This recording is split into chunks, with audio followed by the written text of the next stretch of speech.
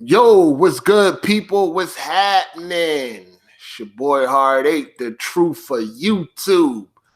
Your favorite commentator's favorite commentator. Yeah! The truth for all this shit. God damn it. I need the ether beat playing right now, man. I need the ether beat. I need the ether beat. Yeah, go get your snacks. Go get your drinks. Relax. Kick your feet up. We're going to talk about some things, man. We might be here for a little bit. You know what I mean? A lot of shit to tackle. And I'm trying to, this is more like a, we're going to talk about it and then we're going to leave it at that. You know what I mean? We're going to go in depth about some things and then we're going to leave it at that. And, hopefully we can leave it at that because I ain't got no problem with going back and forth. I want all the smoke. You know what I'm saying? So, but I'm going to speak the truth, my truth and the truth. So help me God. So help me God. But we definitely going to be talking about Weapon Wheel podcast. Well, BG in particular. This don't really have nothing to do with anybody else on the podcast. Just Broken Games HD, man. If y'all don't know, shout outs to Wingy Gaming. He got this new series where he's like pretty much interviewing people one-on-one, kind of like my doing hard time thing that I was doing at one point in time. So he did a one-on-one with Broken Games HD. Shout outs to Wingy. I thought he handled the situation very good. I thought it was a great video, great questions. So no problems there. And I think Wingy going to be on the podcast this Sunday. So we'll probably talk about it there too and, shit like that. But, it's funny because BG said that none of this shit bothers him. He's not mad. He doesn't think about any of this. He doesn't talk about me and none of that. But as soon as he's asked about me, he got a lot to say. That's funny because he could have easily said, no disrespect, Wingy, but next question.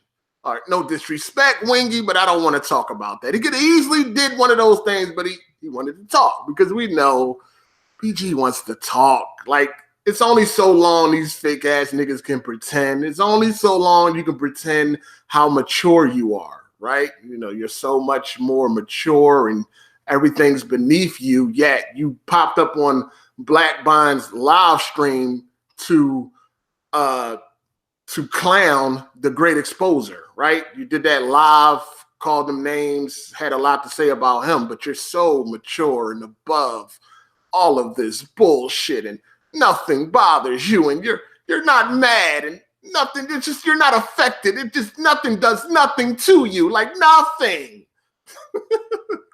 Nothing. You're so mature and so above this and you've got so much on your plate. You got a wife now and all this other shit going on, but yet you managed to pop up in Black Bond's live stream to clown the great exposer, but you got so much going on, right? Right. Hypocrite. I tell you, this dude's a fucking hypocrite. I know I got issues, but at least I'm comfortable with who I am. You either take it or love it. I mean, you're the take it or leave it. You know what I mean? I'm not going to try to be somebody I'm not just in hope that y'all like me. I don't really give a fuck if you niggas don't like me. You dig? I'm okay with that. You know what I mean? Until y'all not liking me affects my real life, then it doesn't really matter. I'm good. All right? So I don't care. So I could be me. I could say what I want. I could do what I want. I don't follow none of these YouTube rules or none of that shit. I could do whatever the fuck I want. I'm not trying to be YouTube famous and all of that. None of that shit matters. I'm okay. So I could do what I want. I could say what I want, and it's just that. You know what I'm saying? And I know how to fight. So if I happen to run into anybody ever, I'm okay. I'm all right. But he told a couple lies on that Wingy's video. He definitely lied about that taxes shit. I never told that man that he's trying to be the hero because he took the taxes. I'm going to explain. We're going to get into all that. We're going to counter all that shit. But he tried to make it seem like I was just causing all of these issues, and now the podcast is more enjoyable and it's more fun to do because anytime something went left, I guess I was the reason for that, right? When Kid Smooth was threatening to blow Black Bond's kneecaps off, that was my fault, right? And when Black Bond was talking about Jack Move Johnny dead parents, that was my fault. And all the other shit that niggas went back and forth for with, that was my fault. You know what I mean? All that shit took place because I was there. Now that I'm not there, I'm guessing it's all kumbaya over that motherfucker. I don't fucking know. You know what I'm saying? But that's what he tried to make it. He tried to make it seem. So shout outs to Wingy Gaming. I think he did a great job. So we're going to talk about some things, man. We're going to break down the character of Broken Games HD. We're going to break down his ego and his arrogance, because that's really the main issue here. That is really kicked all of this shit off. And that really kicked all of this shit off. BG's ego and his arrogance. You know what I mean? Oh, and the Patreon, starting that Patreon also played a big part in just people just blowing shit out of proportion. You know what I mean? A lot of shit that happened on Weapon Wheel Podcast, a lot of these issues, and I'm putting up the quote fingers, issues, they were never really a big deal to me, to the point where it's like somebody got to leave or somebody got to go or something like that. Like, none of that shit was really ever a big deal to me. Like, I grew up to where I'm fighting friends one day and we trying to beat each other to a bloody fucking pulp, and the next day we cool running around. So this shit that be going on in this internet shit, it's nothing for me to get over. I mean, I remember even with the Jack Move shit, people like, I don't know how you can be friends with Jack Move again when he tried to dox you. Like, that shit is not really a big deal to me. Now, I know when it comes to YouTube, if YouTube had like some commandments, like the 10 commandments, I know doxing would be like number one, thou shalt not dox. But to me, that wasn't really like a big deal. You know what I mean? It's like, okay, it was the wrong address. But even if it was the right address, you know what I'm like? I'm like, cool, go ahead. Go on Google Maps, see where I live. It look nice, don't it? That shit nice, ain't it? Yeah, I know. Yeah, go check it out. Like, I'm not worried about nobody showing up because I know most of the time these niggas ain't showing up. I never felt threatened. I never felt afraid or anything like that. 6-hour road trip shit. That shit was all hilarious to me. I was sitting here cracking up. I watched that video from time to time. It's funny as hell. I've never, so like shit like that, I can get over. Like, that's not a big deal to me. So nothing like that ever happened on the Weapon Wheel was really like some shit I couldn't get over. And it was like, you know, this shit is crazy. You know what I'm saying? It's not. But, you know, other niggas, it's funny because me and Smooth, we went through what we went through and we was able to get over it. We cool now, and the nigga even be on my podcast. But yeah, BG can't get over nothing. Like, what happened with me and BG that he really can't? What really is going on? What is really going on? You feel what I'm saying? Because Wingy asked him, he was like, pretty much, basically, Wingy was like, is there ever a chance that there could be like, pretty much like a reunion episode? And I don't really care if it happens, but just hypothetically speaking, can there be like a, you know, a reunion episode? And BG was like, nah, that can't happen. Like, but none of this shit affects you. You're not mad. You don't even think about this. You're not upset. But yet you couldn't even do a reunion episode if that was the case.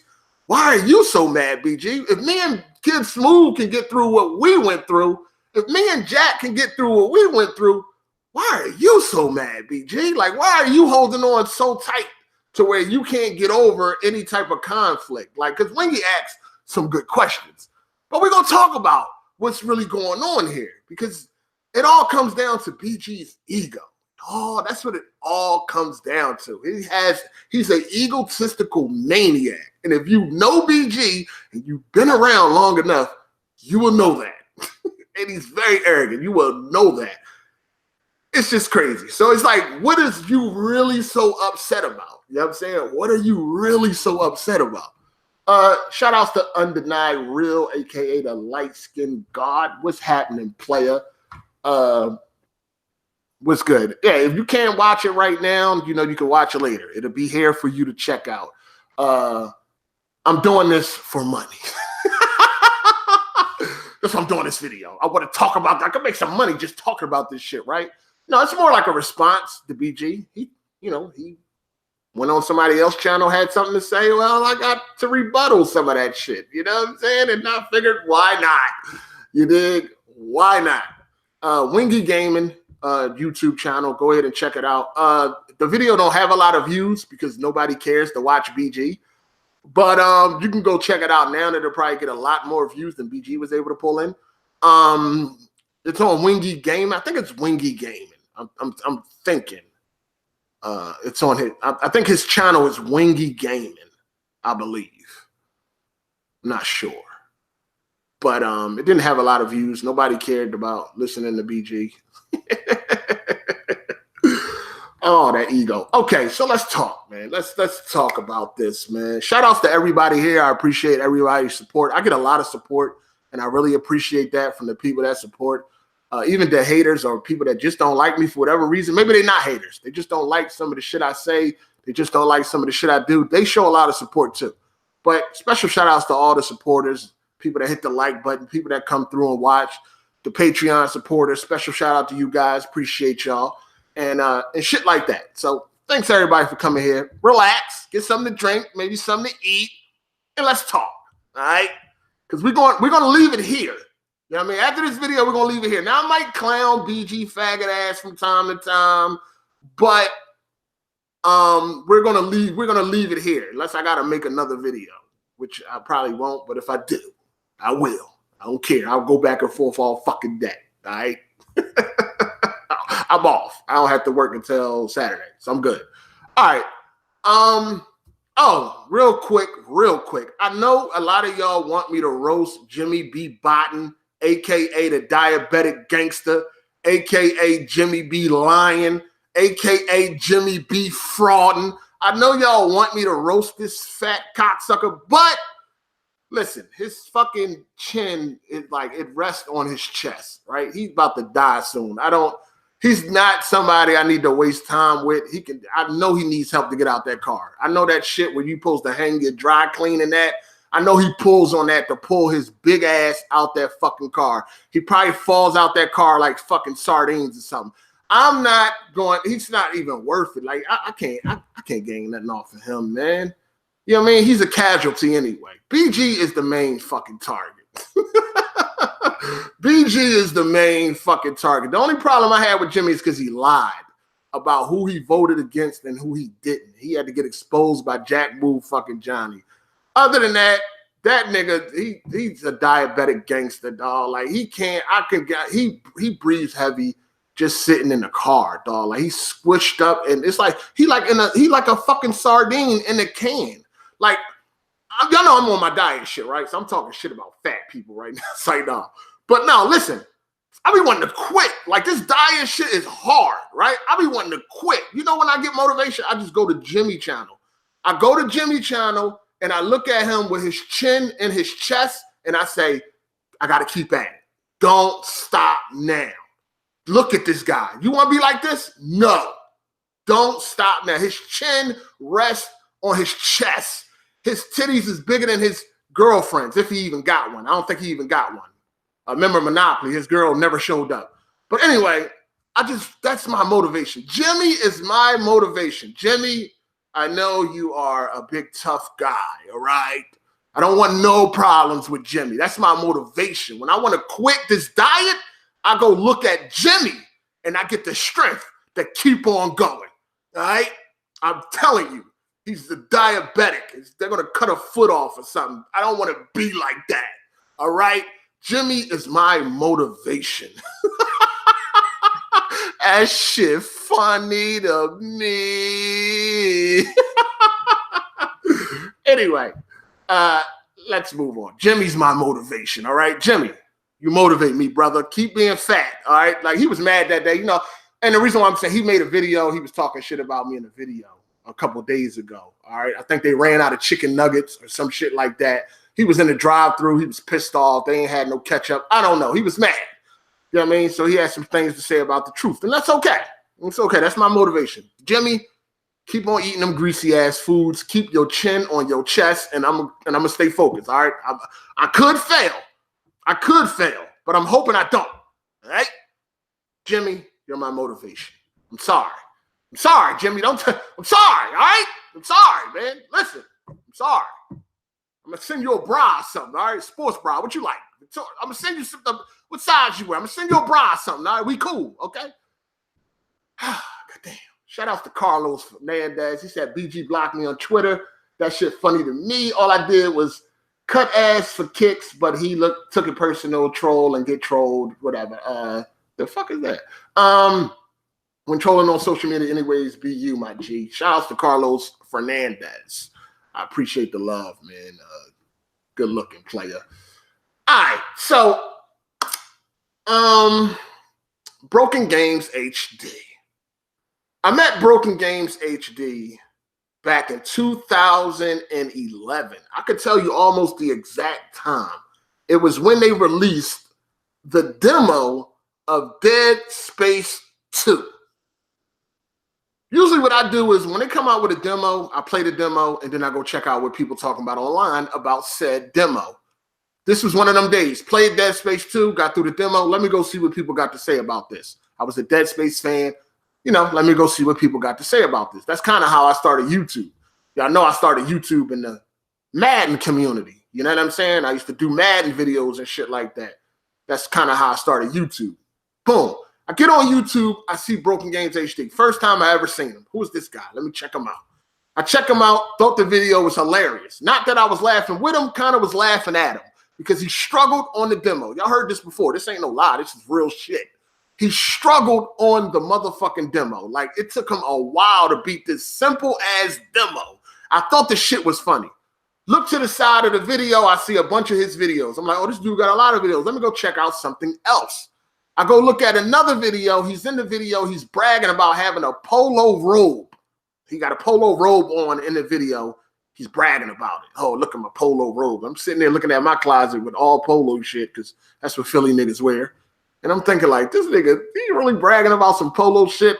Now, what I did back then is something I would not do today, but I decided to jump in his DMs and clown him over bragging about having some polo. I was rough around the edges back then with this internet shit. You know what I mean? That's not something I do now. And I see shit all the time I don't agree with. I just leave it at that, keep it moving.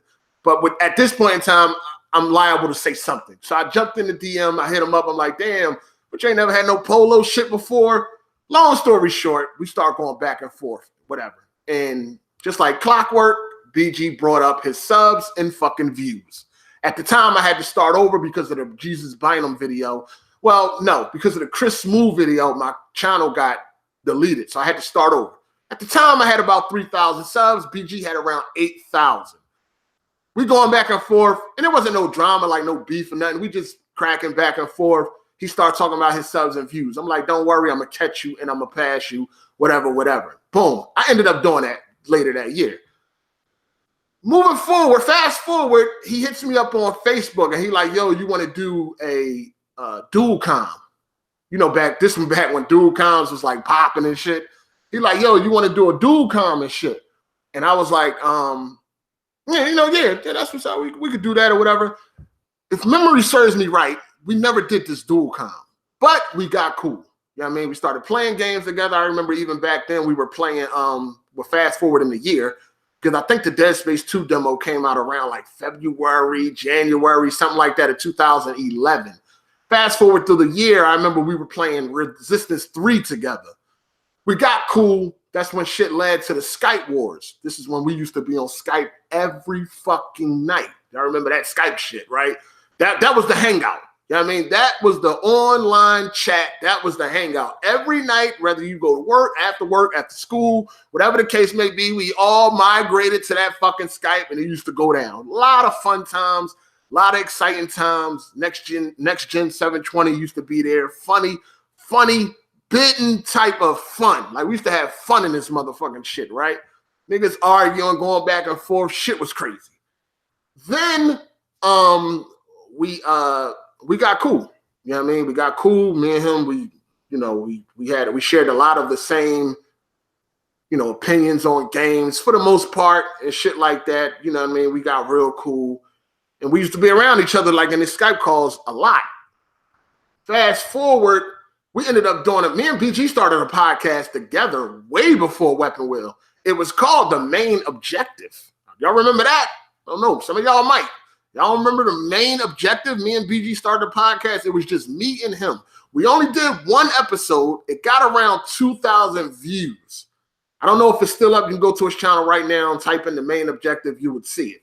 It got like 2,000 views. I think that ain't what BG wanted. I think it didn't pop like he wanted to, so we never continued.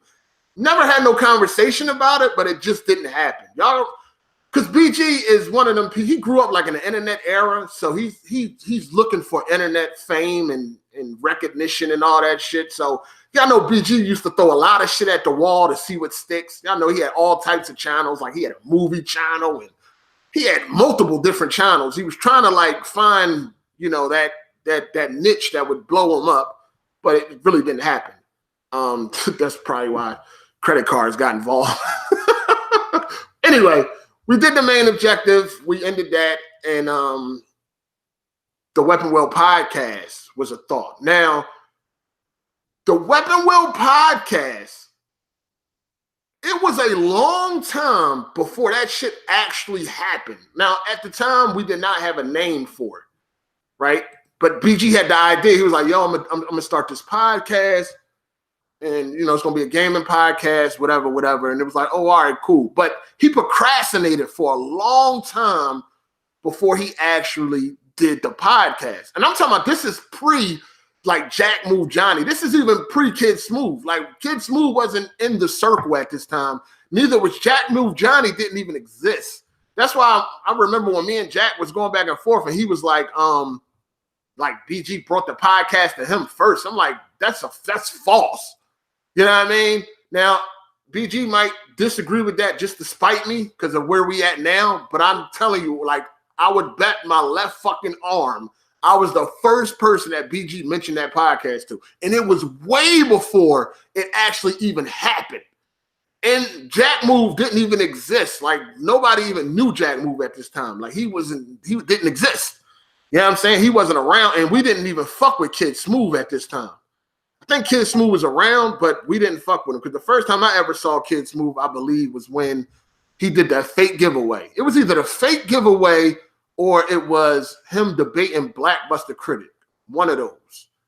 But he wasn't like Jack Move, Kid Smooth wasn't a part of them Skype calls back then. So he procrastinated on this podcast for a minute. I want to say it was like a year or two.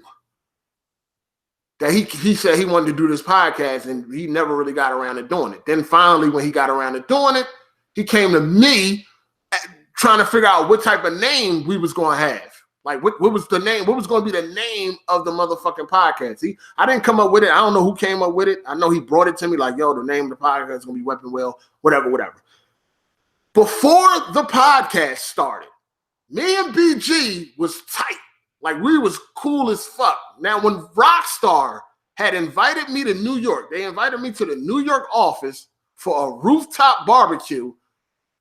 BG was the first person I hit up like, hey, BG, I'm going to be in New York. What's up? You should come through. You know what I'm saying? Chill, fuck with some bitches, shit like that. You know what I mean? Come on through and shit. I remember BG was disappointed because he couldn't make it.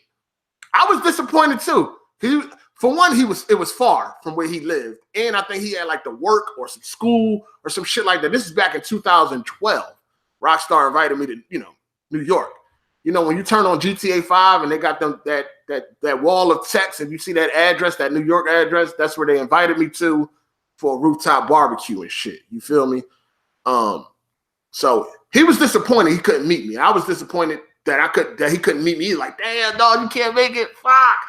That shit was going to be lit. You know what I'm saying? He couldn't make it, though. You know what I'm saying? I know now he plays it off like, because he was doing this on the Wingy show. He tried to play it off like if we was never really friends like that.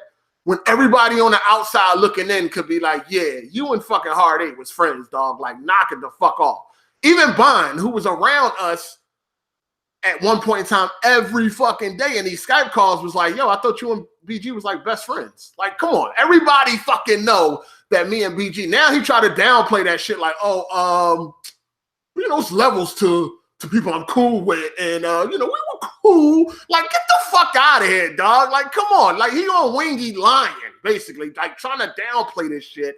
And you know why he's trying to downplay it? Because so nobody can't hold him accountable, right? So nobody can't be like, damn, BG, that's fucked up what you did to your homie, dog. Now that he was never really my homie. Like, we were cool, but we were never really like that.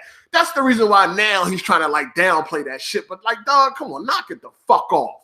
Everybody on the outside looking in could tell what the fuck was going on. Like, stop it. You know what I'm saying? Stop it. Before the podcast, we was cool. Ace, Boom, Coon, we was good, right? No motherfucking issues, nothing. You know what I'm saying? We was squad deep. Once the podcast started, that's where shit went left. And if you know BG, you know he's arrogant as fuck. You know he's an egotistical maniac. You've been around, you know fucking BG. This is why when he playing, this is why he turns to like this different person when he's gaming and shit like that. This is why he used to wish death on people and cancer when he was playing multiplayer games, because his ego is arrogant. You can't beat him. You're not better than him. You shouldn't kill him. You shouldn't do anything. Stand there and let him shoot you. Like, that's the type of complex he had. Like, that's the type of complex he had when he games. This is who he is. You know what I mean? We all got characteristics that may not be the best. Me, I'm pessimistic as fuck, right? The glass is always half empty. It's always half empty. You know what I'm saying? I try to look at things differently. I try to be more positive in situations. It just don't work. That's just not who I am. I just got to accept it.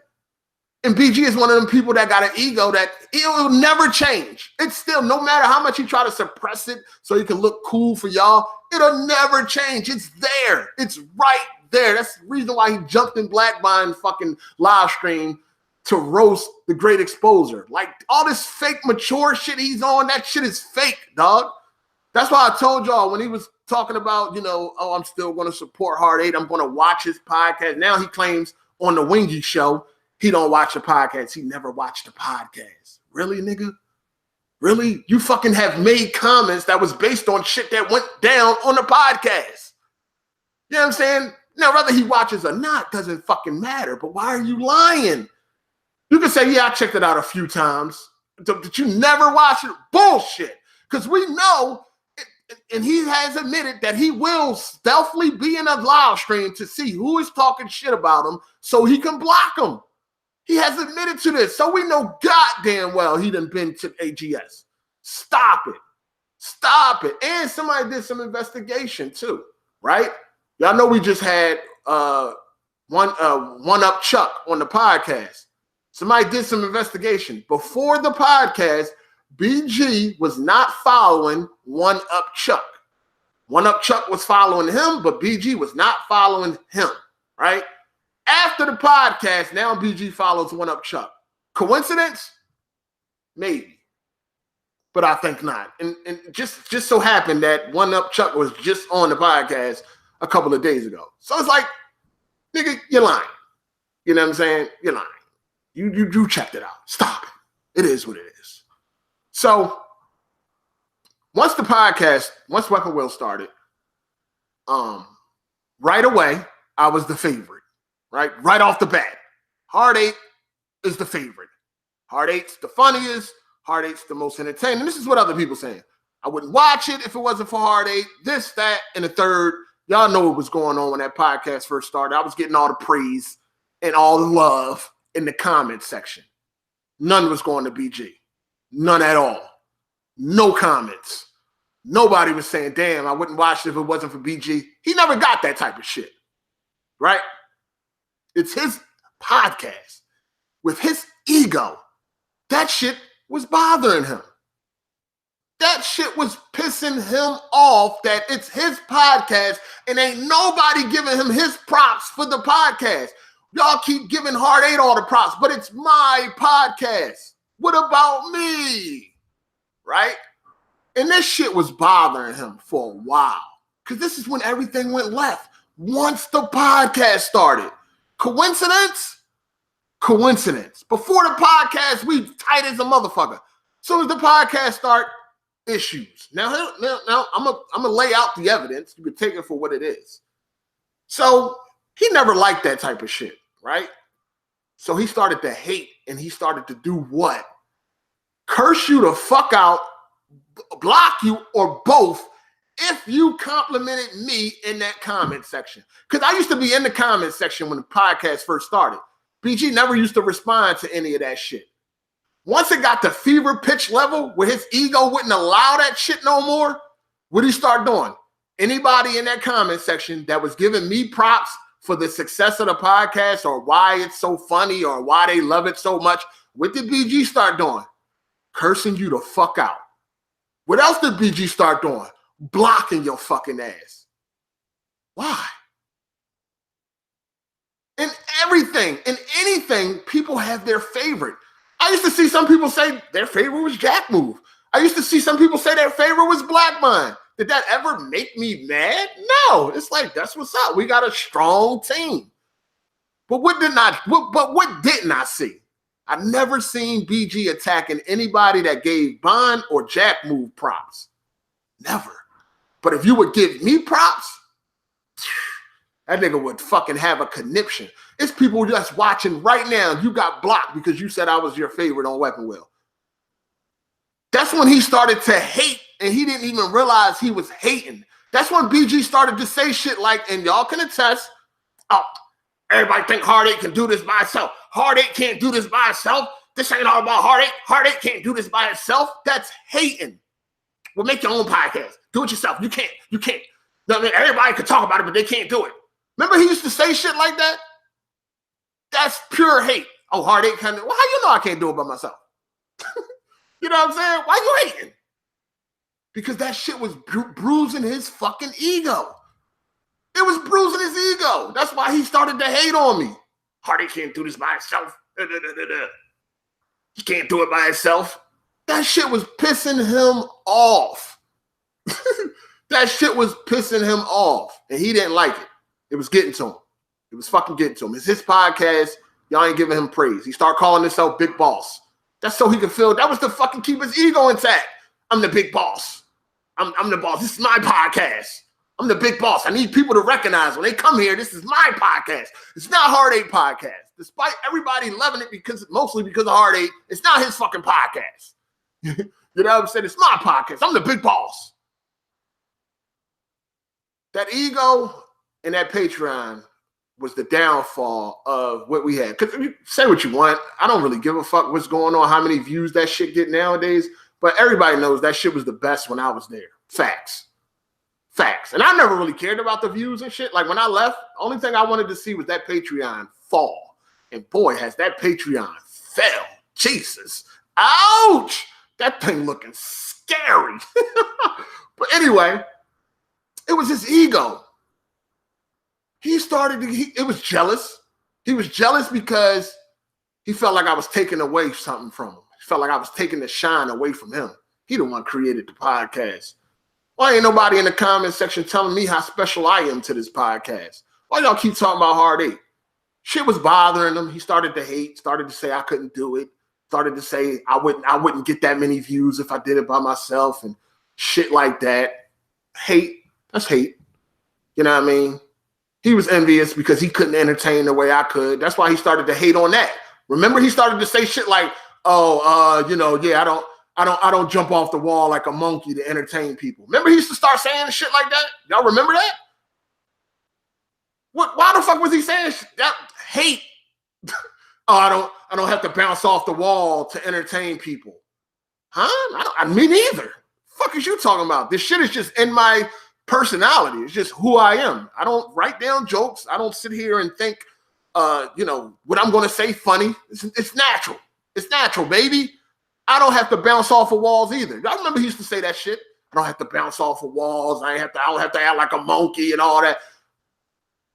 That was him hating and taking a shot at the same time. Like, so I act like a monkey to make people laugh and all that shit. I'm around here bouncing off walls to get laughs. No, I'm really not. You know what I'm saying? I've been funny all my life. Anybody that grew up with me, they'll tell you that. I've been funny. I've heard you should be a comedian all my motherfucking life since I was a fucking kitty.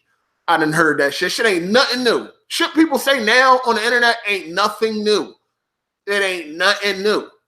Motherfucker, like even growing up, like when I used to be like locked up, you know what I mean? And I would come home.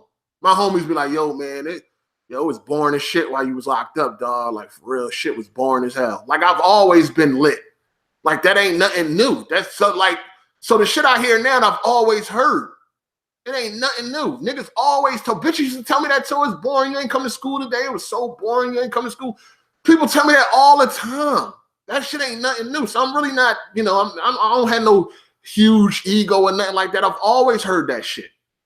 You feel what I'm saying? So BG's ego was like, he had a problem with it. I started to notice that he wasn't fucking with me like that no more. I gotta understand, before this podcast, we was tight as shit. After this podcast started, shit changed. Before we had any issues, shit was changing. And y'all know, when it comes to like games, I pay attention to details and shit like that, right? That just doesn't happen for gaming. That happens with life and all that. Like, I'm always like paying attention to the little shit. Shit that people ain't really watching or nothing, I'm watching. You know what I'm saying? Like, I'm seeing what's going on. I see. The first thing I started to notice was he stopped liking my videos, right? Y'all remember, it don't do this no more, but at one point in time, hold on, let me get to these. Shout outs to Undenied, Real.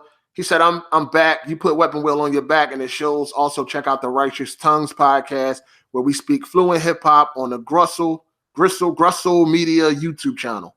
Thanks for any feedback. Shout outs to you, and shout outs to Wingy Gamer. There go Wingy Gamer right there. Peace, brother. The aim was to make a reunion happen between you both as a fan. Yes, views for me to have you on my show, but that was my eventual aim. Hey, I ain't knocking you for what you was doing, Wingy. You ain't do nothing wrong. You asked some good questions. You know what I mean? You had some good fucking questions. Shout outs to Wingy, man. That's Wingy right there. That's the one that did the interview with BG. If y'all need his channel, go check it out. So the first thing I started to notice, now, when you like, back before, I think they changed it, but when you used to like somebody's video, if you had like a Twitter account, it would go to Twitter. So anybody that would like my video, it would tag me on Twitter. It would be in my mentions. So I could see like everybody who likes my video that has a Twitter account. You know what I mean? BG stopped liking my videos. Now this ain't, like, it doesn't matter. Like, I don't care about likes and shit like that. Like, I really don't. Like, you want them, you would like them, that's cool. But is it ruining my day? No. But I'm just saying, that's just a way that you can determine, like, how niggas fuck with you. Because you only can look at so many factors that's going online to see the check a nigga temperature. You feel what I'm saying? That was one of the first signs that something wrong. You see what I'm saying? So I chalked it up as, well, maybe BG ain't liking nobody videos. You know what I'm saying? Maybe he just not liking no videos. Maybe that's what it is. But then I started to notice that he was liking other people's videos. I can see, like, he's in even other people on the podcast. Like, he's liking Kid Smooth videos, Jack Move videos, but none of my videos are getting liked. So I'm like, oh, something definitely going on. You know what I mean? Something is definitely going on. What is it? I don't know. At the time, I didn't really know. I didn't get it. I didn't really get that his ego was involved until he started to hate on me. You know what I'm saying? That's when I knew, oh, it's his ego. BG's arrogant. He's an egotistical maniac. When he started saying shit like, you couldn't do this by yourself, you couldn't do it on your own, and you got to bounce off the walls and all that type of shit to be funny, that's when I started to know, oh, that's what it is. Okay, I'm going to start paying attention. So I started to throw shit out there to check this nigga temperature. You feel me? I started to say shit like, BG, I'm about to be in New York. What's up? I can come chill at your crib, right? Just to see what he would say. You know what I'm saying? And of course he would like not answer it, or like he would give you like this mumbling answer. Like, you know what I mean? Like his tongue got heavy all of a sudden. I started to notice little shit like, oh, okay, all right, cool. All right. I would say shit like, BG, you gonna help us get to E3 or help me get to E3, right? And he'll be like at one time it was, yeah, I got y'all. I'm gonna help y'all get to E3. But then it turned to, BG, you gonna help me get to E3? No answer. But yeah, he broke his neck to get fucking Kid Smooth to E3, right? He did all the leg work. He did everything. But when I would ask him, it was like, So I started to know, like, oh, all right, so this nigga don't fuck with me no more. Like, and like I said, trying to figure it out, piece it together, what could be the issue or whatever. I never asked him, you know what I mean? I never went to him like, hey, BG, what's going on, dog? Like, and maybe I should have. Maybe that's my fault. You know what I'm saying? Maybe I should have had a one-on-one with him way back. Like, hey, BG, what's going on? I've been noticing you've been doing this, you've been doing that, you've been acting this way. What's happening? What's up? What I do? What's your issue? Maybe I should have. Maybe that's my fault. You know what I'm saying? Maybe I should have did that. But I didn't. You know what I'm saying? So the first issue we had, and I'm going to take blame for this issue between me and BG. The first issue we had, I take blame for this one, right? One strike against Hard8. It was when he muted me. When me and Jack Move was going back and forth, he muted me, right? And I ain't like it. I overreacted. I probably could have handled it in a different way. But I overreacted. I went on Twitter, said, fuck Weapon Will, podcast, all that shit. Again, shit like that ain't really no big deal to me. You know what I'm saying? Like, at the end of the day, you know, niggas is hot. Niggas gonna get mad. It's gonna be arguments. Moving on. That's not really like a huge problem. Again, you got friends that you fight one day and the next day y'all best friends. Or later on that day y'all best friends. That shit really ain't nothing. That's how I see it. But niggas grew up different. You know what I'm saying? So he muted me. I overreacted to that. So I'll take that. That's me. Strike one. You know what I'm saying? Because like, the funny thing is also he keeps trying to say, like, people like, damn, why y'all can't get over this? Oh, there was a lot of issues, a lot of shit going on behind the scenes. No, there wasn't. All the major issues, and I'm saying that with quote unquote major issues, was right on Front Street. Y'all knew it. Y'all all was a part. Y'all all seen it go down. You know what I mean? There was nothing going on behind. There's not one major issue that happened behind the scenes that y'all don't know about. Bullshit. You know what I'm saying? Bullshit. That's just another way of him trying to make it seem like shit was just out like the worst. You know what I'm saying? Shit was just the worst. I take that though. The first issue between me and BG, I overreacted. I take that. Strike one for Hard8. You know what I'm saying? Honestly, I didn't think it was a big deal like that. Like, whatever. You know what I'm saying? We got past it, move on. But even at that time, when we had a conversation about that, it was something different about me. Like, something definitely changed with this nigga once that podcast started. Like, once that podcast started, he changed. Like, he wasn't fucking with me, dog. Like, that's just a fact. You know what I'm saying? He was not.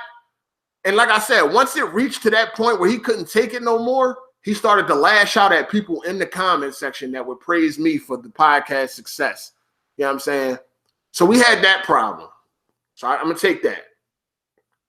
Now, moving on. Me and Jack Move. The first problem me and Jack Move had, right, was because of Resurrection. Resurrection, right? Resurrection was attacking goddamn everybody on the podcast. Damn near everybody on the podcast. This nigga was going at BG. He was going at Black Bond. He was going at Jimmy. He was going at, I think he went at Kid Smooth. He was going at everybody on the fucking podcast. But yet, Jack Move was still cool with this nigga. So I'm like, yo, why are you fucking with this? This dude is trying to destroy something that you are helping to build. Why are you fucking with this dude? You know what I'm saying? Like, this nigga is coming at the squad. He's coming at the gang. You know what I'm saying? He's coming at the team. Why are you fucking with this nigga? So I felt like Jack Move was only fucking with him because he was giving Jack Move money. I'm like, that's why you don't want to cut him off. Because, you know, you want the money. You ain't about to fuck this money up for nobody, I guess. Like, fuck the integrity of the podcast. Fuck having respect for the podcast. Fuck all that shit. The only thing that matters is you get that check. You know what I mean? He donating, you turning the other cheek. That's what I felt. You know what I mean? So then me and Jack Move got into it over that.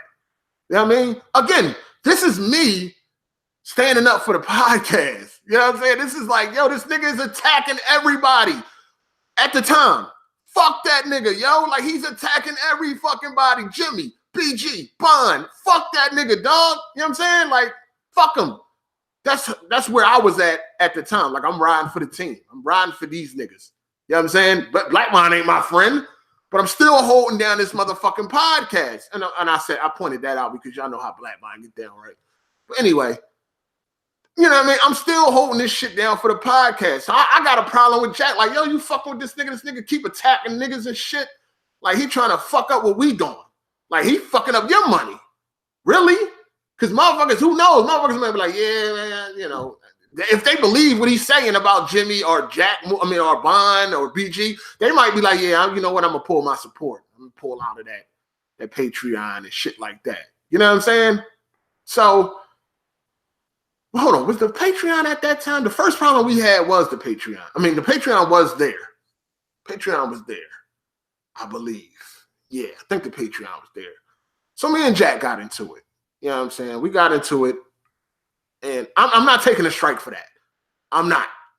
You know what I'm saying? I was sticking up for the podcast, and that's just that. You know what I'm saying? Hate it or love it, I was standing up for the team. Period. Fucking period. I'm standing up for the team. I'm not going to let some outsider keep on trying to clown niggas. Because at this point, I wouldn't even watch the videos where really like niggas was talking shit. Like, I wouldn't even really even watch the video. I wouldn't really even entertain that. I know he talking shit about y'all. I ain't fucking with that shit. I'm riding. I'm down for the team. Fuck that.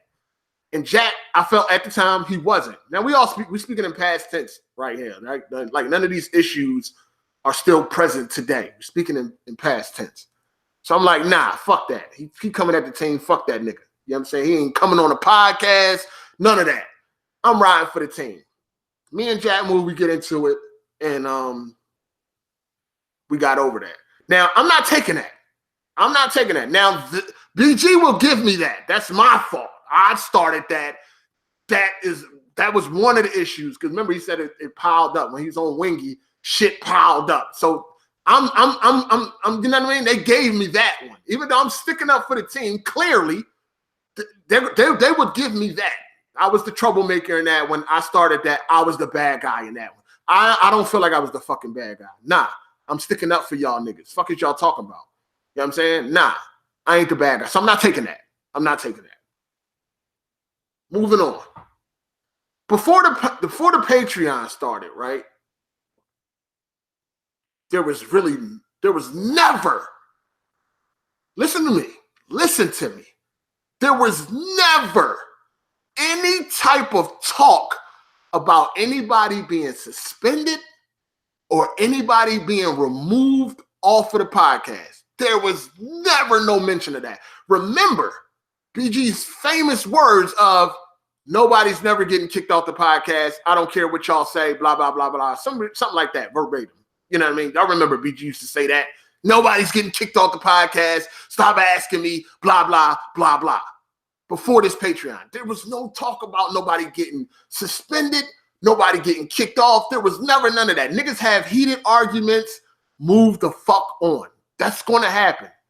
You got a bunch of dudes together. At times, they're going to disagree. Niggas are going to argue and get in a shouting match. That shit ain't nothing. Again, so the way I grew up, that shit ain't nothing. That ain't nothing. Niggas call each other names, move the fuck on. The next day, the next week, we all laughing and joking again. That shit ain't nothing. You know what I'm saying? So before that Patreon, there was no talk about nobody ever getting suspended or sitting out for this week or we need to vote him off or anything. Y'all remember, like, we're just moving on, right? Moving on. Because I'm jumping the gun a little bit. But before that Patreon, there was never none of that shit. There was never none of that shit. Ain't nobody getting kicked off or none of that. Like and didn't we pride ourselves on being different? Wasn't that what we prided ourselves on? We wasn't like any other podcast. We wasn't politically correct. We wasn't following the norm or none of that. Yeah, we was rough around the edges. Yeah, we was fucking dysfunctional and shit like that. But that was part of the fucking charm. You know what I mean? Wasn't that what that was what we did. We wasn't nothing else. We wasn't trying to be nobody else. You know what I mean? We was trying to do our own fucking thing. That's kind of what separated us. Because everybody has a fucking gaming podcast. You know what I mean? So we got to be different somewhere. You know? So moving on. The next issue I had was the gamer lives matter. Again, another fucking outsider. And again, money being the fucking root of all problems. Gamer lives matter. So, Gamer Lives Matter came into the community and he was clout chasing. whether it's a bad thing or not, he was using what he knew how to use to get recognition. And his thing was throwing money around or creating these challenges, right? Game of Lives Matter he's the one behind the Kids Move Uncharted challenge, which was very entertaining. And Game of Lives Matter wanted you to know I'm the reason that this entertainment is happening.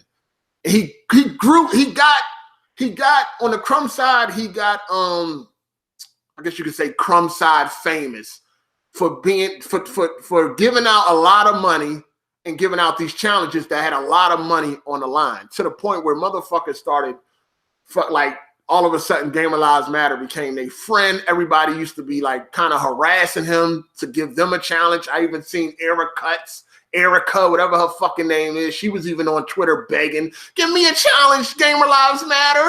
Can I get a challenge? Like this is what I mean. So he became kind of popular on the Crumbside, known for like, you know, these challenges and shit, right? Because the Kids Move challenge was a big deal.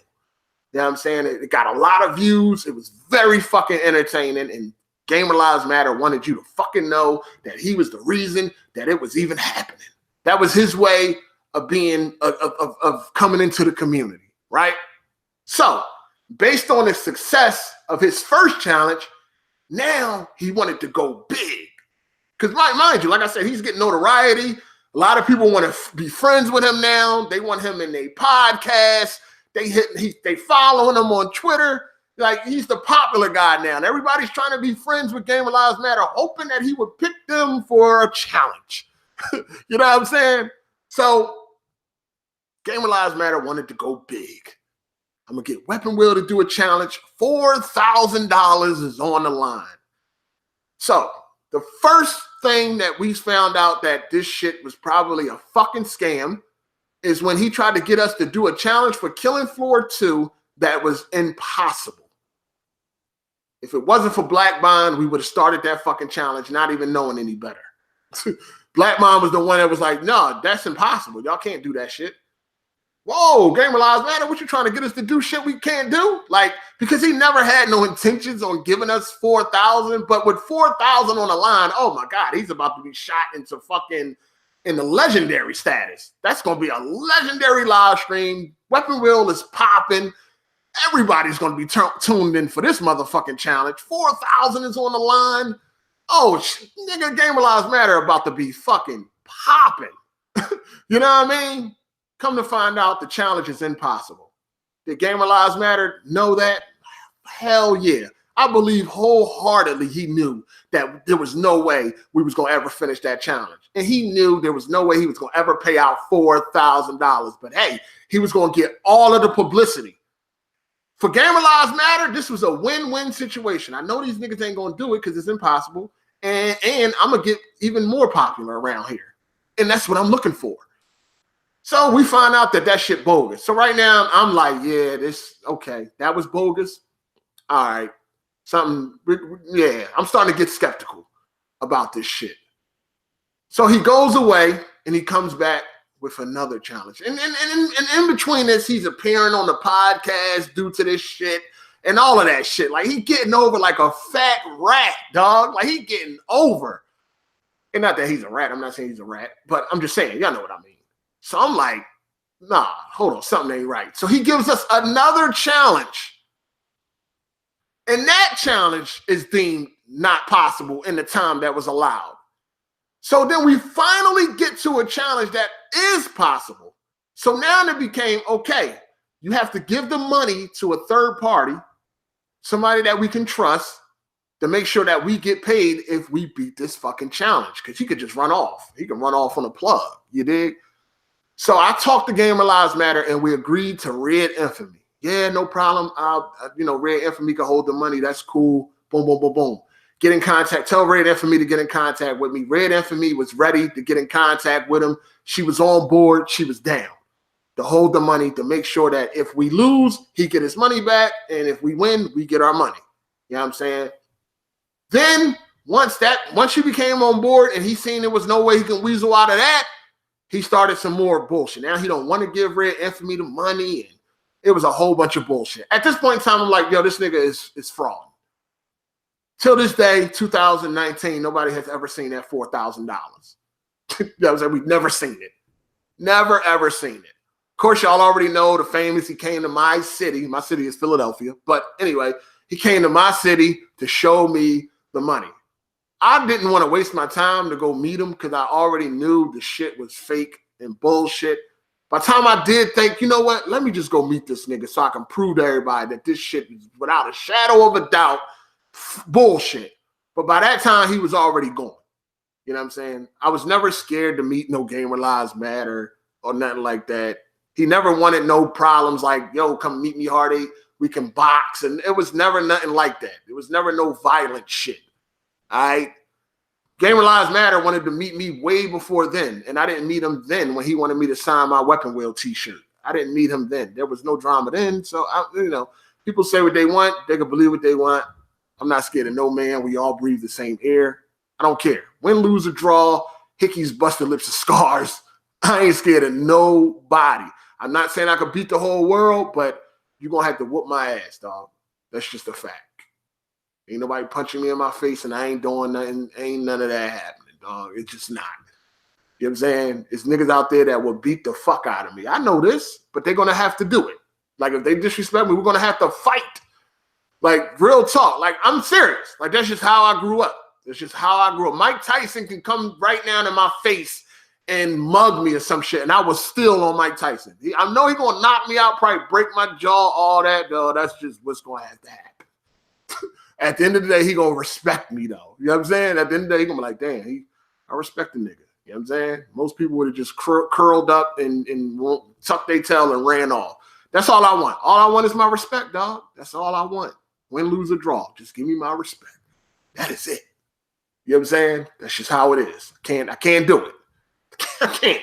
So anyway, Gamer Lives Matter shit. I'm like, that shit is bullshit. Jack Move and BG wanted to keep fucking with Gamer Lives Matter. Like, this nigga was still a mod. He still was coming on the podcast. And I'm like, yo, why are y'all dealing with this nigga? Like, he ain't got no money. He ain't got this money. He ain't giving us this money. This nigga is banned. Like, fuck that nigga. Of course, they going against, they arguing with me. Oh, BG, like, oh, give him a chance. This. I'm like, what? Now, at the same time, Gamer Lives Matter was still donating. He was still hitting that super chat for BG, and he was still doing the same thing for Jack Move. So, again, my thing is y'all giving this nigga a pass because he's giving y'all money. Right? That's when I started saying these niggas was, what I was saying? I think I was saying these niggas was tricking or some shit like that. Y'all niggas tricking for money now. You know what I'm saying? Shit go left. Me and Jack Move get into it. Again. Me and Jack Move get into it. This is the famous, I'm ready to take that 6-hour road trip. He docks me and all that shit, right? Mind you, again, if there was a 10 commandments for YouTube, doxing would probably be number one. Thou shalt not dox. That's like the highest form of a no-no when it comes to YouTube. Jack Move tried to dox me. He was, wishing death on my family and murdering people and a whole bunch of crazy shit. Shit was hilarious. Whole bunch of crazy shit. He quit the podcast and all of that shit. Again, people used to try to say like, it did get to a point where I was on Weapon Wheel for the money, right? It didn't start out like that. Actually, it started out as a favor. Y'all remember, we didn't get paid for Weapon Wheel for a whole year and a half. A whole year and a half. No money was involved. I was doing that as a favor to BG because that was my homie. So I was looking out for BG. So Jack Move, he did what he did. He wasn't going to come back. Now, if I was so much about, like, I'm about my money, what I earn, but I'm not really trying to take money from nobody else. If I was like that, I would have just let Jack Move stay where he was at because he had already quit the podcast. Never once did it cross my mind like, oh, shit, Jack Move quit? That's more money for me. Fuck it. Let him stay out. Never once did that cross my mind. Nope. Went, talked to Jack Move, had a conversation. Jack Move, you got to come back. He never missed a fucking week. Who was the person that said something about Jack Move coming back too fast because they wanted that extra money? I think that was Black Bond, wasn't it? Okay. That was definitely the black mind. It made a statement along the lines like, damn, Jack, you couldn't at least stay away for 1 week or a month or something like that. He said something around that. But I was the one it was all about the money. And it was all about the money at a point, but it wasn't all about the money to the point where I'm going to, jeopardize the podcast or whatever for it. Or if I want to see people out of here for more. Like, nah, I want everybody to stay together. If I got to get less money to keep everybody together, that's cool. I'd rather keep everybody together. Never once did I think Chat Move quit, I can get more money. Fuck it. I've let him quit for a while. Nah. I made sure he didn't miss a week. You know what I'm saying? I made sure he ain't miss a week. Now, when that shit happened, BG didn't say a motherfucking thing to Jack Move about doxing me. He said nothing. Nothing. Not a motherfucking thing. There was no voting. Yo, what's up? Y'all think Jack Move got to go? But now he crossed the line. And this is doxing. That's a high sin on YouTube. Like I told you, me personally, I don't give a fuck about that shit. You know what I'm saying? But I know as far as the way it looks on the internet, that's really like a level you ain't supposed to be able to come back from. You know what I'm saying? BG never said a fucking thing to Jack Move about that. Nothing. Not a goddamn. He can get in the comment section and curse people out for saying that I'm their favorite, but yet he didn't say shit to Jack Move about doxing. Nothing. Absolutely nothing. There was no talk about suspending niggas. There was no talk about voting niggas off. None of that. Mind you, there was never no talk about that except when it came to me. There's never no talk about that. When Kid Smooth was threatening to blow niggas' kneecaps off, no conversation about removing nobody. When Bond was talking about Jack Move dead father, no conversation about removing nobody. You know what I'm saying? None of that shit. Right? Nothing. BG never said nothing to Jack Move about that doxing shit. Oh, he said nothing. If I remember correctly, he even made a video about it. I think he made like a weapon wheel address or some shit like that. And even then, he was like trying his hardest, like not to make sure he did not say nothing about Jack Move. Like he never condemned him at all for that shit. Like at all, not even a little bit. Not even a little bit. And I was like, wow. Okay. All right. Cool. The Patreon was what really got the Patreon is why we at where we at today. The Patreon and BG's ego, right? The Patreon is what started the whole docking people, suspending people, and people wanting people off, wanting me off. This is where that Patreon started that shit. And if I ain't mistaken, Bond was the one that came up with this whole docking shit. He was the first one that was like, we need to start docking people for like art. Like now you can be docked for arguing with another member. Like remember before y'all can argue, that shit was lit. People like, yo, this is one of the best fucking podcasts. Like people love the drama. People don't want to see a podcast where everybody always agree with each other. Nobody want to see that shit. That shit is boring. You know what I mean? We want some conflict from time to time. We love this drama on the Crumbside. All this kumbaya shit, we don't want that. Fuck out of here. We don't want everybody agreeing with each other on everything. We love some of this conflict. You know what I mean? Some of people's favorite episodes is drama. Facts. You know what I mean? So it was like, once this Patreon started, now it's like, oh, if you do this, you're getting docked. If you don't show up, you're getting docked. That's suspended. So these two need to be suspended. They need to be suspended for a week. This is what everybody's now worrying about because everybody trying to get a little bit more fucking money. And they don't care who the fuck they got to throw under the bus, suspend, or any of that to get it. You know what I'm saying? Like, I'm telling you, if that Patreon wasn't there, there would have never been no vote this person off or vote that person off. That wouldn't have never fucking happened. Wouldn't have never happened. Motherfuckers was thinking about the extra little coins they can get. That's why the seed where that Patreon is at today is very fucking enjoyable. It is, because that was the driving force of a lot of bullshit. You know what I'm saying? So I had the problem with Jack Move and, you know, the docs and shit. And we got over that. Like, again, we got past it. We talked about it. It is what it is. Moving on. Me and Jack Move ain't pressed about that shit. Why the fuck is BG so mad? You know what I mean? Even though he claims he's not, you are. You remove me off the podcast. No matter how many times you can sit here and say, none of this shit affects me. None of it bothers me. I'm not mad. I don't think about it.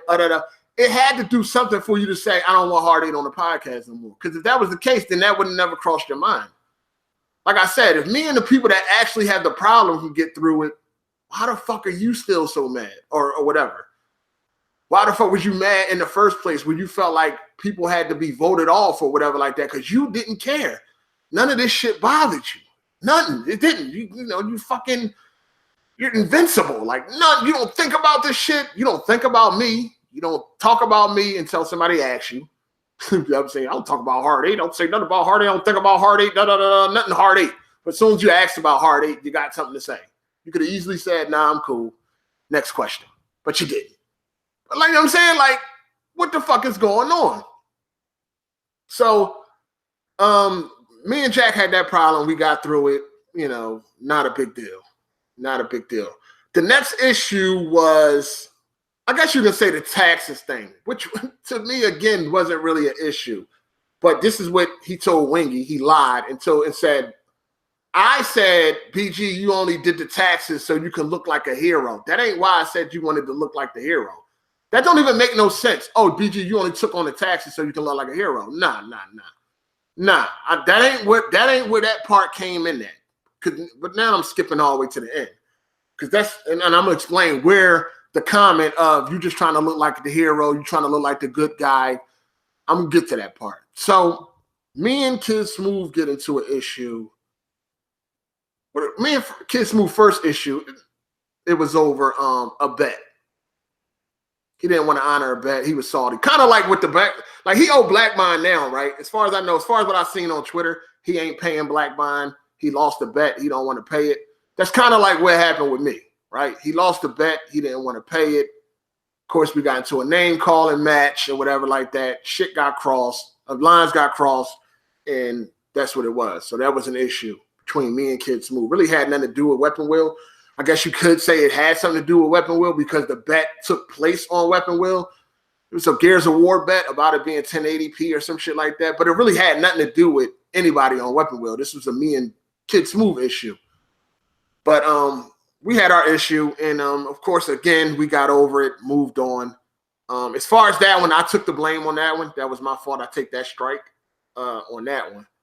The Jack Move shit and the Gamer Lives Matter shit and the BG, I don't really I'm not taking that because I was, again, trying to protect the integrity of the podcast and all that shit, and this motherfucker was trying to get over, and I'm like, fuck that. You know what I'm saying? Again, and like I said, nobody still hasn't seen that $4,000. So where the fuck was I wrong? Right? The Kid Smooth first issue over the bet, I take that one. Right? And take that one. So that was my fault. I probably could have handled it differently. But whatever. I take that. You did. So we got through that. Me and Kid Smooth, we got through that. Moving on. The next issue. We had some disagreements, like behind the scenes, nothing major, just like little disagreements. Like I remember we had a disagreement about the Patreon when somebody would pay for you to buy a game, right? And the issue was that BG had dropped the price. It was a $60 tier, and he had dropped it to like $45, and I had a problem with that. But it wasn't no big issue. It was just a disagreement. But it wasn't no huge issue. I don't even think y'all ever heard about that, right? So that was something behind the scenes, but it wasn't nothing, it was just a disagreement. I laid out my concerns, and they had theirs, and at the end of the day, it went their way. I mean, I agreed to just, all right, whatever. All right, y'all got it. All right, cool. Moving on. But then we had, me and Kid Smooth. So then you leap forward. So then you had BG, right? You had BG getting mad, like, okay, so leading up towards the end, right? Let me back up a little bit. I'm noticing BG not fucking with me like that. And clearly he has an issue, right? So in turn, I started to have an issue with him. I started not to like him no more. Like, the feelings is it's mutual, right? And y'all can attest to this because it's recorded. It's on them episodes. When I started saying shit like, BG, I don't fuck with you like that. Like, I don't want to play no games with you. I don't want to hang out with you on no party and play games like everything is kumbaya. Y'all remember I used to say shit like that? And that was the reason why, because at this point in time, like, he was being on some fake shit. And I don't get down like that. You know what I mean? I don't get down. Like, I seen that he was against me in like every fucking issue.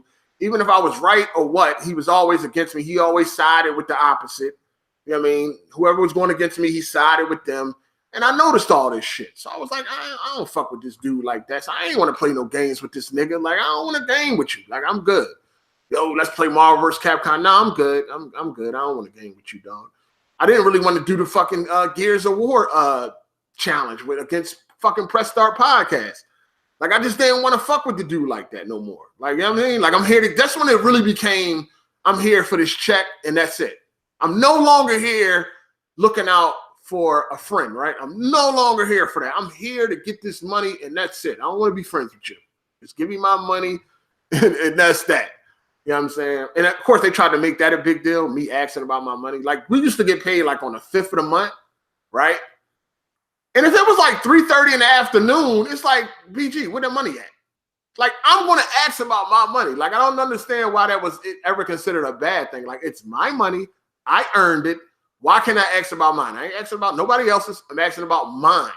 Where is it at? It's damn near 3 in the afternoon. I need mine. Like, you know what I'm saying? Period. So, and he became too controlling of his Patreon anyway. He was never supposed to have as much control over that Patreon as he did. It really was up to the Patreon supporters. If they felt like people needed to be docked because they didn't show up, or if they felt like people needed to be docked because they didn't talk so much, then it should have been up to them. It should have never been. BG was never supposed to have that control. The only reason why he was in control of it is because he created it, but also he wasn't a part of it. So he was like the neutral party. You know what I'm saying? But he should have never had as much control over that shit as he did. Like, it wasn't his money.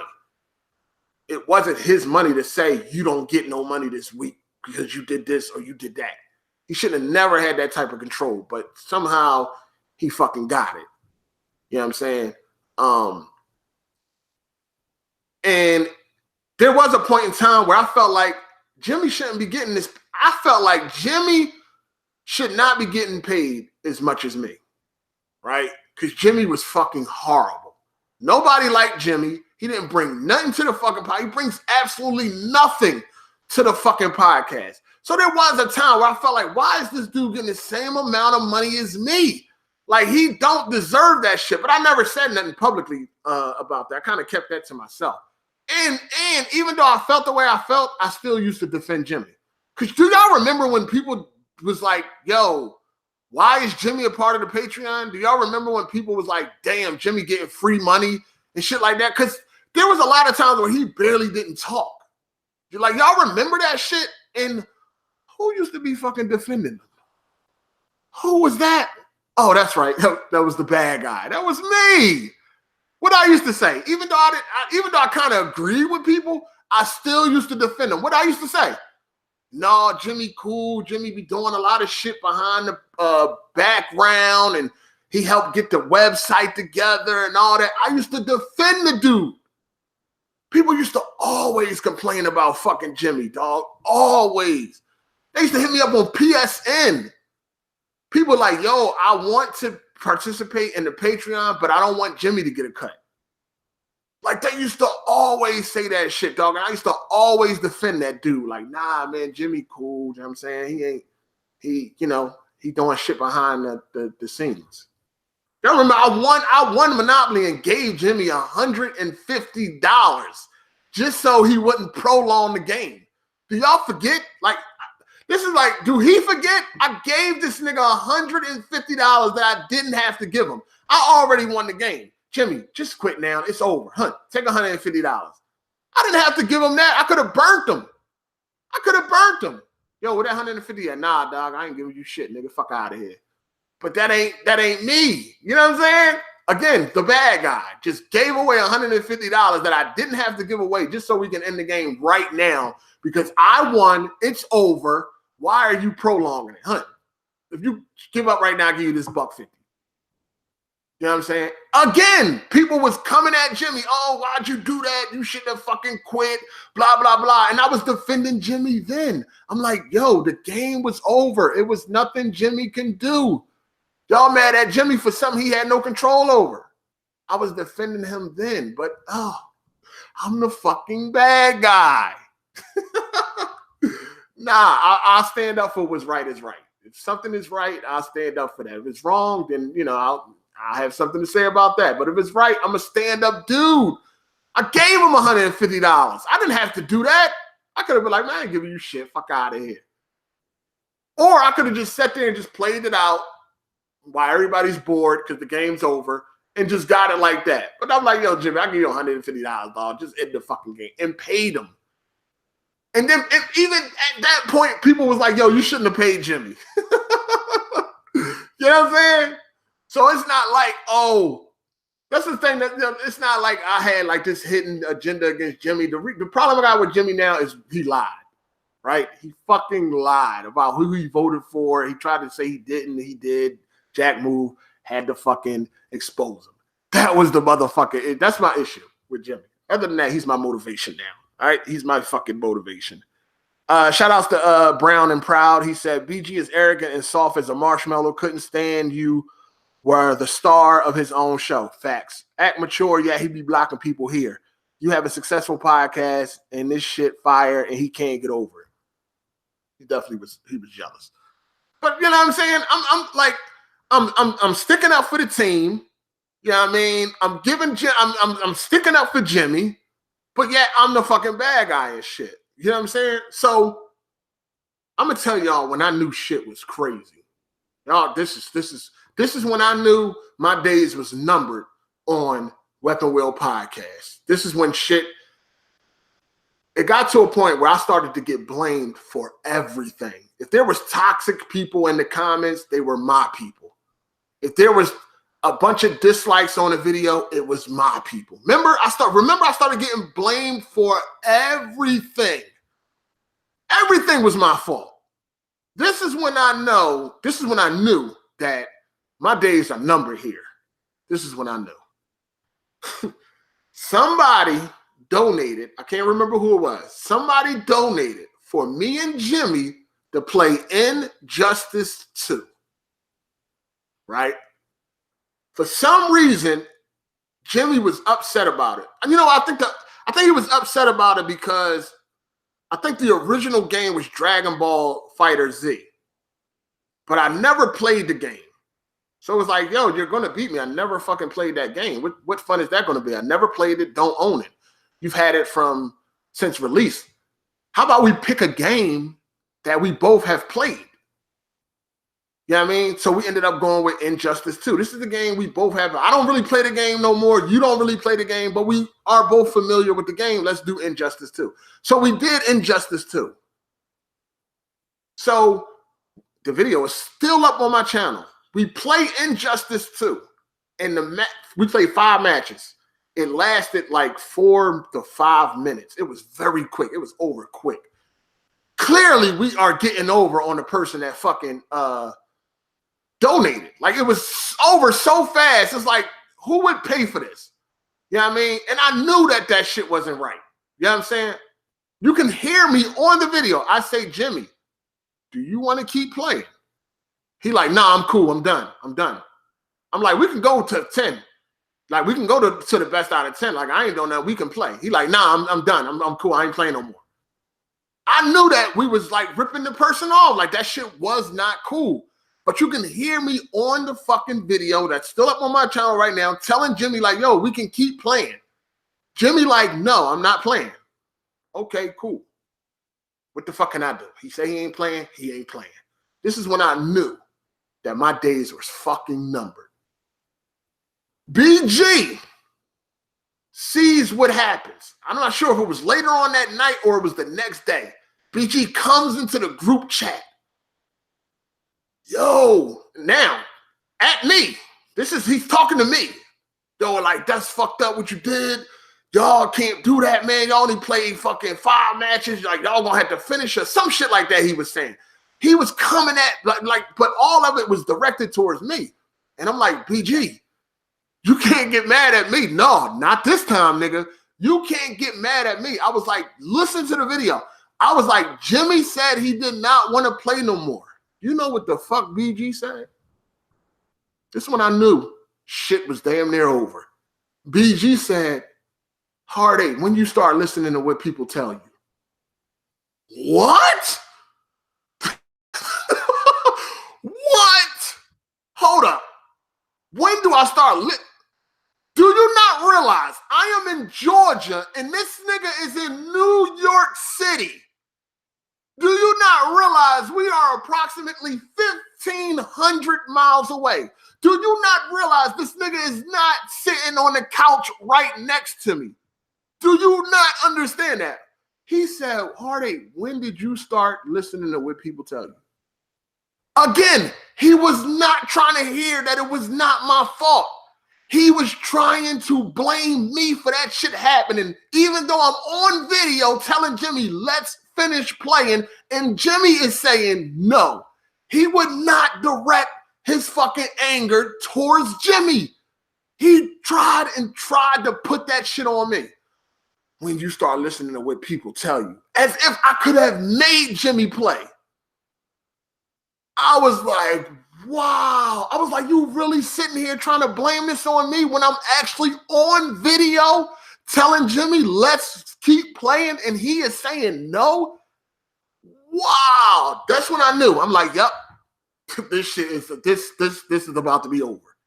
This shit is about to be over. Cause then I'm like, hold on, like this shit, I'm starting to feel some type of way now. Like, it's like, hold up, dog. Like, you think I'm sweet or something, right? Like, you're not going to keep trying to blame everything on me, dog. Like, that shit was not my fault. And I told BG, I'm like, you cannot blame this shit on me. Nope, not this time. And he tried anyway. He tried anyway. The nigga said, Hard8, when you start listening to what people tell you, what? I said, what? You really trying to put this on me? What? You can go listen to the video right now. Injustice 2, 1v1, me versus Jimmy. Go to the end of the fucking video. You can hear me saying, we can keep playing. Because that shit was over fast as fuck. And Jimmy was like, no. And BG still tried to blame me. Not once did he say, hey, Jimmy, you can't be doing shit like that. Not once. Not once did he single Jimmy out for doing that shit. Not once. At all. He never said, hey, Jimmy, you can't do that, man. Like, no, Jimmy, that's fucked up what you did. No, Jimmy, you can't do shit like that. Jimmy, you're going to have to run it back. Nothing. He never said nothing to fucking Jimmy about that shit. I was like, wow. This nigga really tried to blame me. Like, it was my fault that a man 1,500 miles away saying, no, I'm not playing no more. What the fuck can I do? Reach through the phone and make Jimmy play? What? What do you want me to do? Offer him a cheeseburger? But you know what? That might have worked. That might have worked. He might have kept playing if I offered him a cheeseburger. That might have worked. That might have worked. I should have tried that. But like on some real shit, what the fuck was I? Yo, he tried to blame me for that shit. This is at the point where I'm like literally getting blamed for every fucking thing now. Bad comments, Hard8 people. Toxic comments, Hard8. It's Hard8. It's all Hard8. It's all Hard8. I don't see this on nobody else's channels. Hard8. Nah. Stop it. Stop it. Make no mistake. I ain't trying to play the victim. There's times where I had issues, but I'm just telling y'all like it is. We get to the taxes thing, right? The taxes. BG like, y'all not going to get, I got to pay taxes. Y'all not going to get paid the upcoming month or whatever like that, right? Okay. I started, this is what happened. This was a joke that went left. When BG said that, I said, well, shit, I ain't showing up then. I'm going to be going the whole month, right? Everybody start laughing in the fucking, in the hangout, except BG.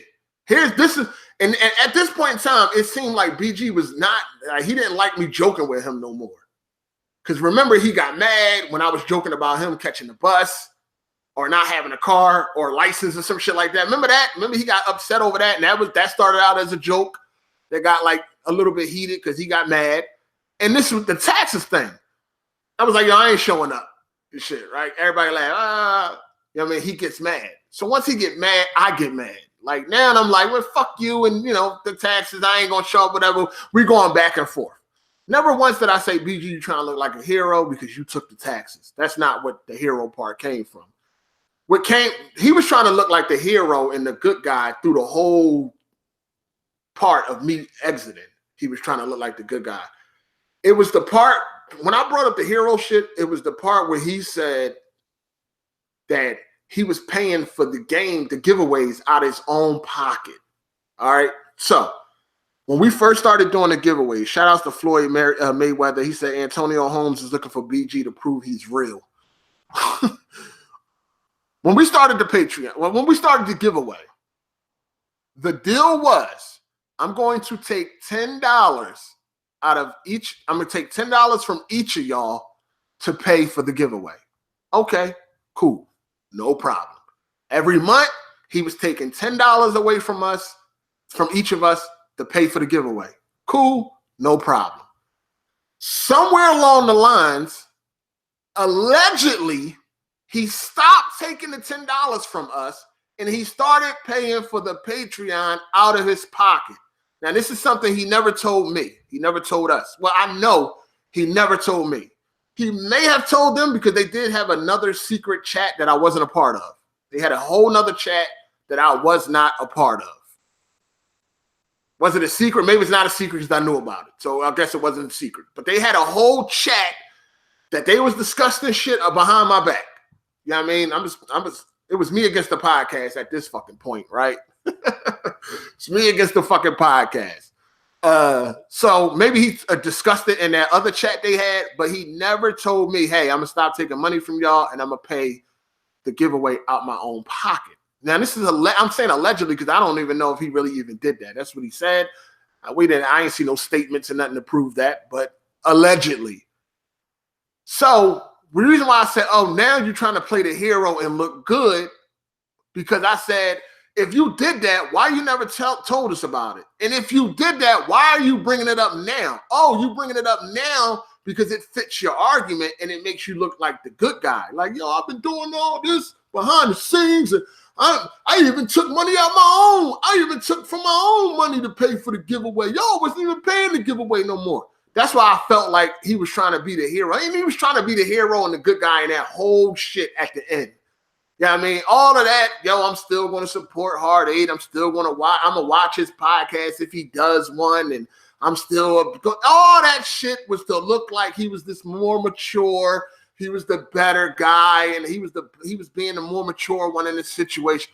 All that shit was fake and phony because according to like what he said on Wingy, he's never watched AGS podcast. So all of that shit was a lie. All that shit was fake, phony. And I told y'all when he was saying it, all that shit was fake and phony. Nigga was just trying to perpetrate this dude that he ain't. That ain't him. It is what it is. You know what I'm saying? I knew all that shit was fucking fake. So the last problem we had was with me and Kid Smooth, right? And by this time, I'm not gonna lie, I was halfway done with Weapon Wheel. When he tried to blame me for some shit that Jimmy did, when he refused to fucking confront Jimmy and try to put it all on me, even though I'm clearly on videos saying that we can keep playing, and Jimmy is like, no, I quit. and he tried to put that shit on me, I kind of knew it was coming. It was soon. I knew it was coming. At this point in time, I was there for the money. I didn't like BG no more. I didn't really want to fuck with this dude. Like I said, at this point in time, I didn't want to game with him no more. This is around like what? When I started, I want to say the end of 2017, beginning of 2018. I didn't really want to fuck with this dude no more. Like, cause shit, it was different. You know what I mean? His whole attitude was different. And I believe, I could be completely wrong. You know what I'm saying? Like he got his beliefs, I got mine. Right? It was his ego. BG is an egotistical maniac. Everybody that's been around long enough, you know this. BG is arrogant as fuck. Everybody that's been around long enough, you know this. He did not like that I was the man on his podcast. He did not like that shit. That's why he started hating on me. That's why he started to dislike me. How do you got a problem with me because of shit that I done got into with other people that ain't got nothing to do with you? And me and these other people can get through it, but yet you're still holding on? But then you turn around and say, don't none of this shit bother me. I'm not mad. I don't think about this. I don't talk about Hard8. But yet you're on another man's channel talking about Hard8. And that's cool. You can talk about me as much as you fucking want.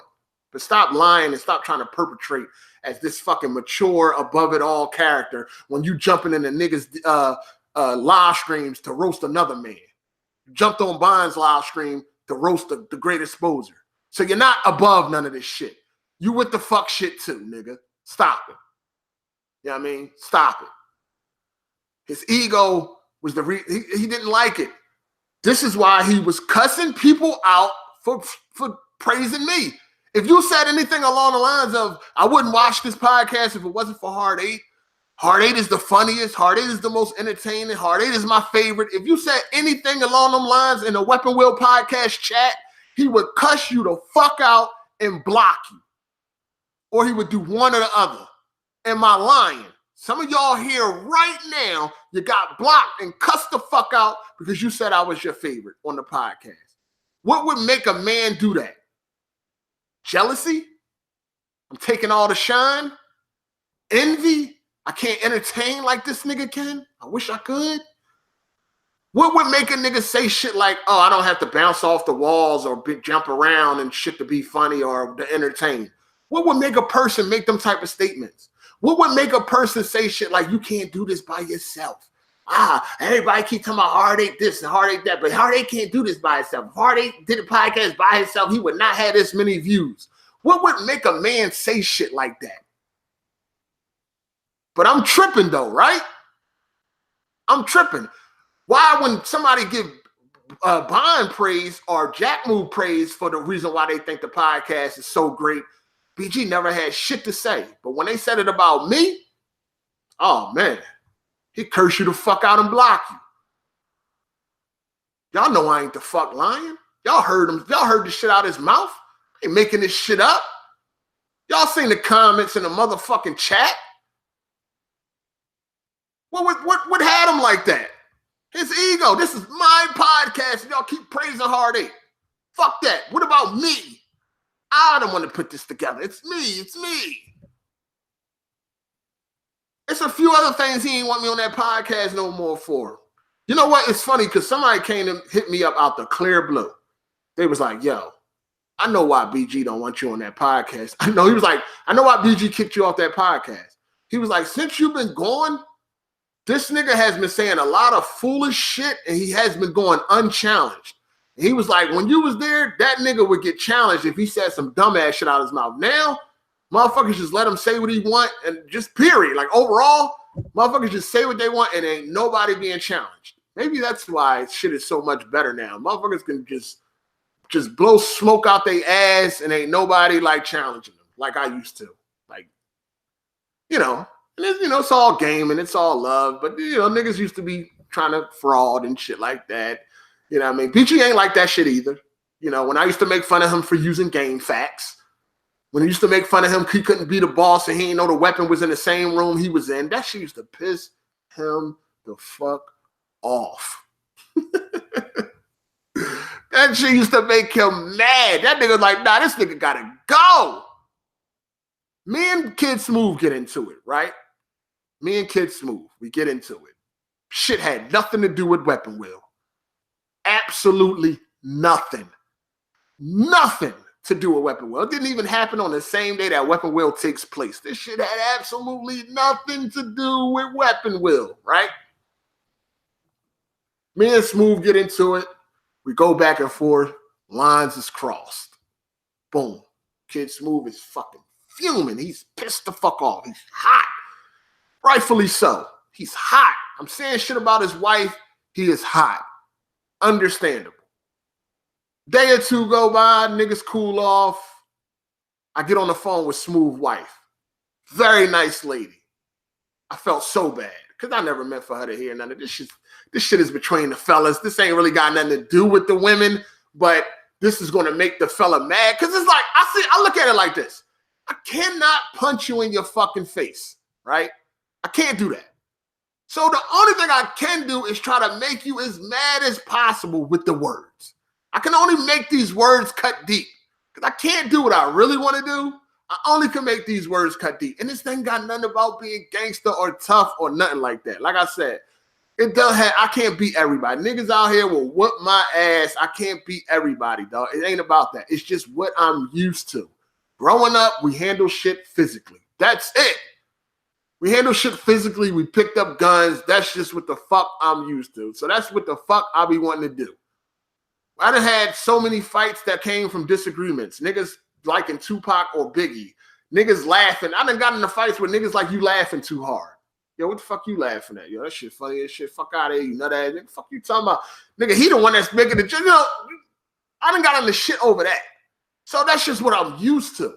But I can't do that because it's over the internet. So I got to say some shit that's going to piss you off. So I never meant for Smooth wife to hear nothing I had to say to him. It was never meant for her. It was just to make Smooth mad. But anyway, she heard it because she was a fan of my channel. Like, she watched my videos.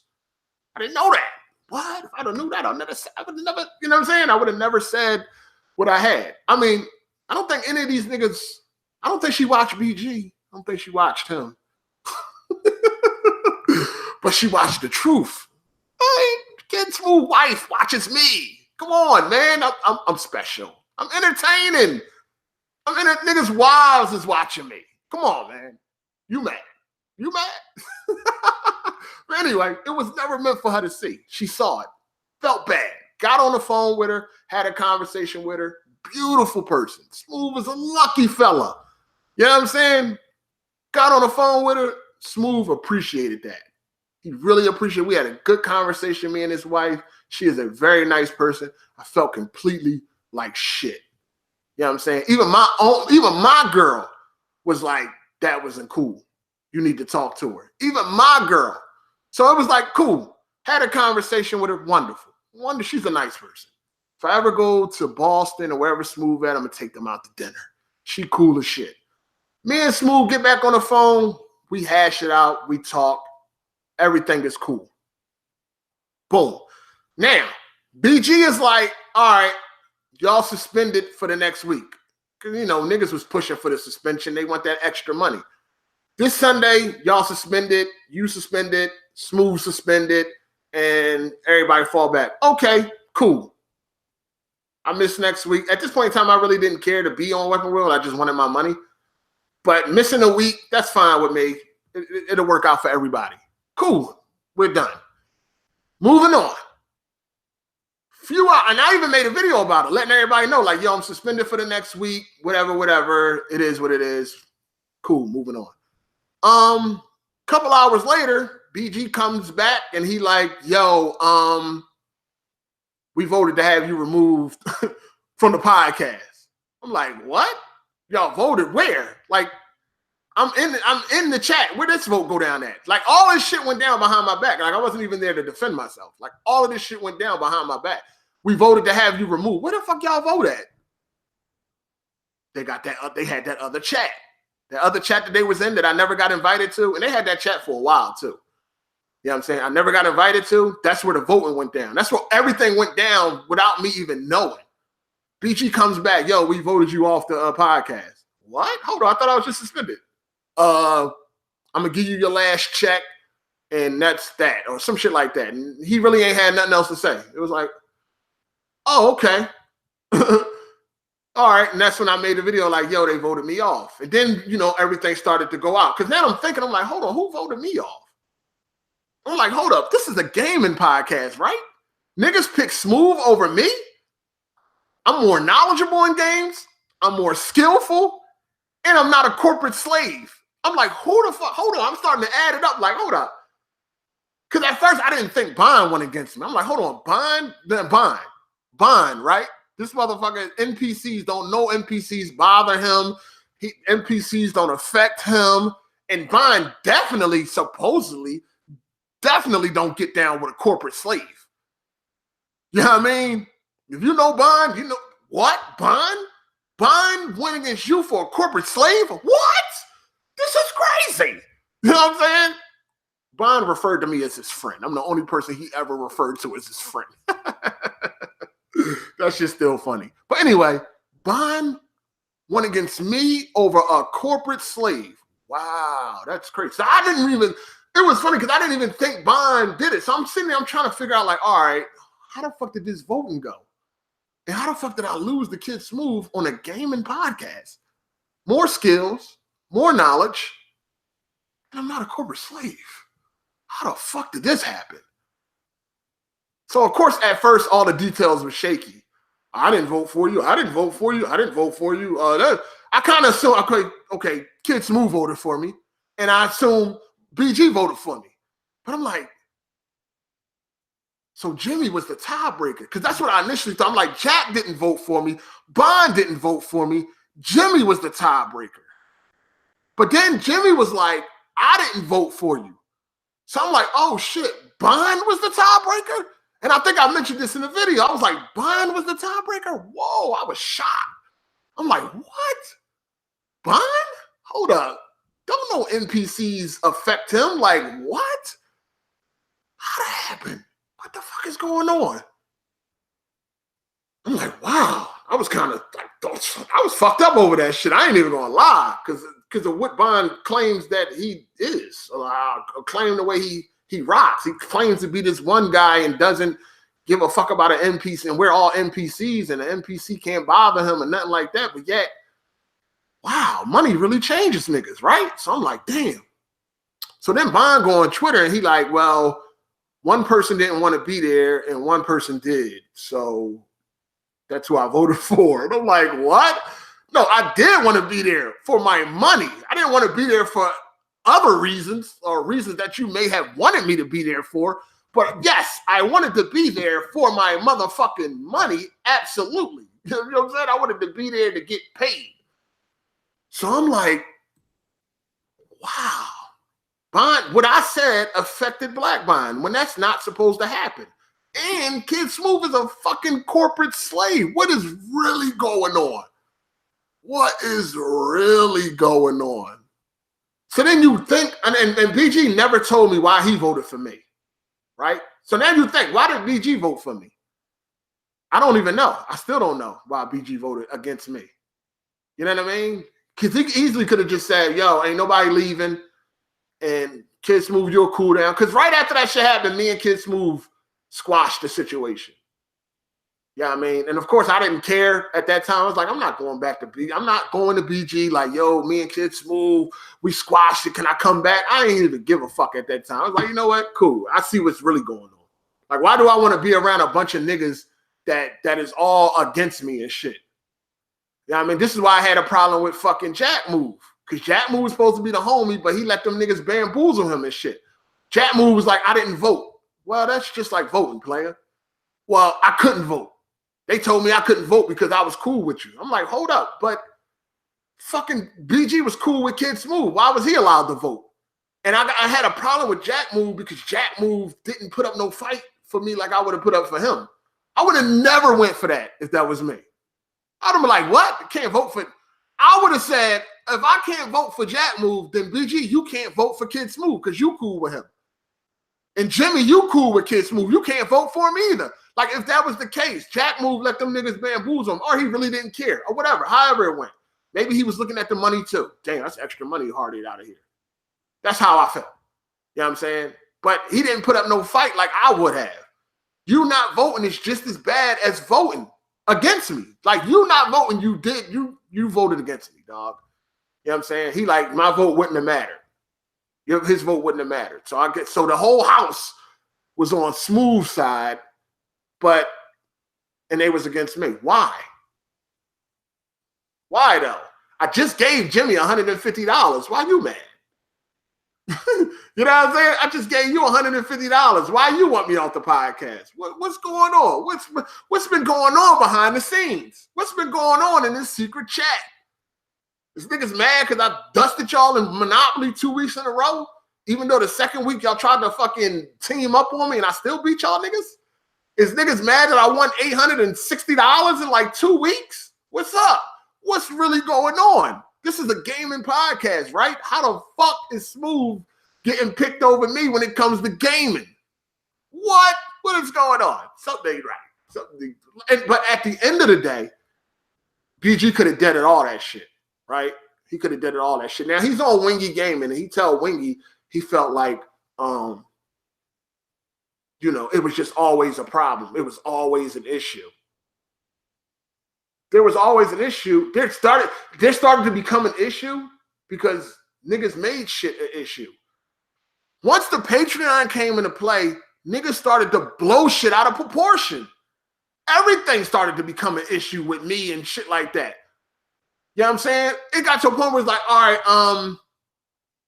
yeah, Hard8, you didn't really talk that much this podcast, so we're gonna dock you.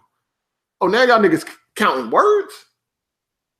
Now y'all niggas counting words. When how many fucking podcasts have we went through when Jimmy barely fucking talked? But of course that goes unnoticed because being the most popular on the podcast, being the star, when I don't talk, that shit stuck out like a sore thumb, right? I could stop talking for 2 minutes and everybody will be in the comment section like, yo, why Hard8 ain't talking? Like, even sometimes I was like, God damn, I only stopped talking 2 minutes ago. Why Hard8 ain't talking? So it stuck out like a sore thumb. Jimmy can go a whole motherfucking podcast barely saying anything and nobody would say anything. They wouldn't bat a fucking eye. But let me stop talking for 2 fucking minutes. It's like, what the fuck? So I'm like, oh, y'all niggas counting words now? Now y'all counting words? Oh, man, this shit is getting crazy. It's like everything became a huge issue now once that Patreon became in, because it's like everybody is looking for a reason to dock somebody so they can get more money on their check. That's why when I left, I'm like, I don't care about no views. I don't care how many views they get. I don't care if the views fall off. I don't give a fuck about nothing. All I want to see is that Patreon collapse. And that's what happened. That Patreon looks sad right now. And this ain't about being bitter or mad or anything like that, because I'm making more money by myself than I was on Weapon Wheel. And I'm making more money on my Patreon than they are making on theirs individually. They got to split that. Last time I looked, it was $688. They got to split that. I'm making more than that. I'm not bitter. I'm not mad or that like that. You know what I'm saying? We're just laying everything out on the motherfucking table. You dig? So I was like, damn, okay. Niggas is voting against me. So we trying to figure out what happened. And at first, everybody was in denial. Oh, I didn't vote against you. I didn't vote against you. I think Blind was the only one that admitted it or whatever at the time. But I still don't know why BG voted against me. Well, I guess you can say because he was like, oh, it was too many issues. But this is the funny thing. How did a vote even come about when that shit had nothing to do with Weapon Wheel Podcast? Me and Kid Smooth issue had absolutely nothing to do with Weapon Wheel. Now, I know people said some shit like, oh, that's your job and it makes the job look bad or some dumb shit like that. And I'm like, nah. This is a bunch of niggas getting into a fucking Google Hangout. That's all it is. This shit ain't nothing special. This shit ain't nothing fucking special. Knock it off. And again, when niggas was doxing, there was no threats of removing. There was no voting. When niggas was wishing death on niggas, when niggas was threatening blowing off niggas' kneecaps, when niggas was talking about niggas' dead fathers and all that shit, There was never no threats about removing somebody or voting somebody off. None of that shit came into play. But now when some shit that ain't even got nothing to do with the podcast, I get voted off the podcast when it had nothing to do with the podcast, that lets you know right there, it was bigger than that podcast. This shit bigger than Nino Brown. Something else is going on. And I told you what I believe. The shit starts and ends with BG. That nigga did not like me shining over him. He was jealous of that. He's taking all the shine. Yeah, he didn't like that. When it came to YouTube, YouTube is very special to BG. This is why he always starting all these different channels, trying to see if they pop or whatever like that. It was his motherfucking ego, right? And he wanted to prove to people that the podcast would still be all right if Hard8 is not around. That's another thing he wanted to do. All of this is to keep his ego intact, right? Because what happened when that Patreon started to drop? What happened when that Patreon started to go down like the World Trade Center? He hid the Patreon. He made it private. You couldn't see how much the Patreon was. For a long time, you could not see how low the Patreon had gotten because that would prove everybody right. And that would kill his fucking ego. Damn, look at that Patreon. Damn, BG, that was a bad move. He didn't want y'all to be able to say shit like that. So he hid the Patreon so you don't know what's going on with it. But now, I guess his ego done got intact. He done got over that now. Now you can see where the Patreon is at. And it looked bad. Now we know why Kid Smooth said, I miss Hard8. Damn, Smooth. I thought you really missed me for me, dog. I thought you missed me for me. You didn't miss me for me. You missed me because of that Patreon. That thing looking scary. That shit was once over $3,000. When I left, it was like $2,300 and some change. Now it's at $688 the last time I seen it. Ouch! Now I know why Smooth missed me. God damn, Smooth. I thought you missed me because you miss Hard8. Now I know you don't miss me because of Hard8. You miss me because of that Patreon. God damn. And I'm quite sure the rest of them miss me too. Because that thing looks scary. It looks nasty. Fuck all them views. Them views don't do nothing for nobody but BG. Them views don't do nothing for nobody but BG. You know what I'm saying? So niggas running around on Twitter bragging about having 1,000 live viewers. What the fuck does that do for you? Nothing. Absolutely nothing. And my podcast ain't doing too bad. The last one we just did, 7,000 views, 12,000 subs. I got a bunch of nobodies on my podcast. No disrespect to my panel, but like 4 of my niggas don't even do fucking YouTube. Like I got nobodies on my joint. When it comes to YouTube, I have nobodies, and we still not too far behind a channel that has 83,000 subs. 83,000. Ouch. Damn. Not too far behind. You should be blowing me the fuck out. Should be blowing me out. I should not be like 10,000. I should not be less than 10,000 views away. That's sad.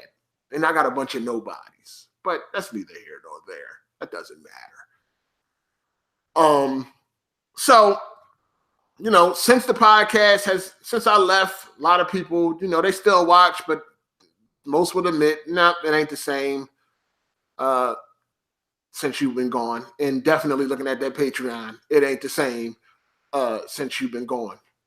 Wingy asks, this is another thing. Wingy asked BG, he said, is there any chance that y'all can put this to the side and basically have a reunion episode? BG was like, no. And my question is, why not? I don't want it to happen. Like I wouldn't agree to it if it did, but hypothetically speaking, why not? Because none of this shit bothers you. You're not mad. It never bothered you. It don't affect you. You're unaffected. It means nothing. Nothing. You don't even think about it. You don't talk about it. You don't do none of that. Why are you so mad? Me and Kid Smooth got over what we went through. And I was talking about his wife. You know what I'm saying? And he was bothered by that. But we still was able to get past that. How can somebody that's not bothered by nothing not get past the bullshit? At this point in time, right? I can get past the bullshit with BG. If he admits that it was his ego that drove everything out of whack. But we know he would never admit that. And the reason why he don't want to do no reunion episode, like an episode I come back for one episode, the reason why he do not want that to happen, again, his ego. Because that would probably be the most viewed episode, right? Let's just be real. Everybody's going to tune in, would tune in for that. And if that shit got the most views or the most live viewers, oh man, that shit would bruise his fucking ego. He don't want to be reminded. He don't want that. He don't want nobody to be able to say, damn, man, look what happened when Hard 8 came back. He don't want you to be able to say that because that shit is going to bruise his ego and he needs to keep that shit intact. So he would rather that not happen. Really? Think about this. If I'm able to, if me and Jack Move was able to fucking patch things up after he tried to dox me, after he wished death on my family and shit like that. If me and Smooth was able to patch things up after I said something about his wife and all of that shit, what the fuck has happened between me and BG that's unpatchable when we were able to patch up some crazy shit between me and Jack and me and Smooth? Ask yourself that. What has taken place between me and BG that has been like, no, that we could never patch things up? He did this or that. What? The fucking IRS shit? Like I said, that shit started out as a fucking joke. He got mad, so I went left with it. You know what I'm saying? But I was really just joking. When I said I wasn't going to show up the whole month, I was just playing around like I really was. And everybody else, I guess, got it because they laughed.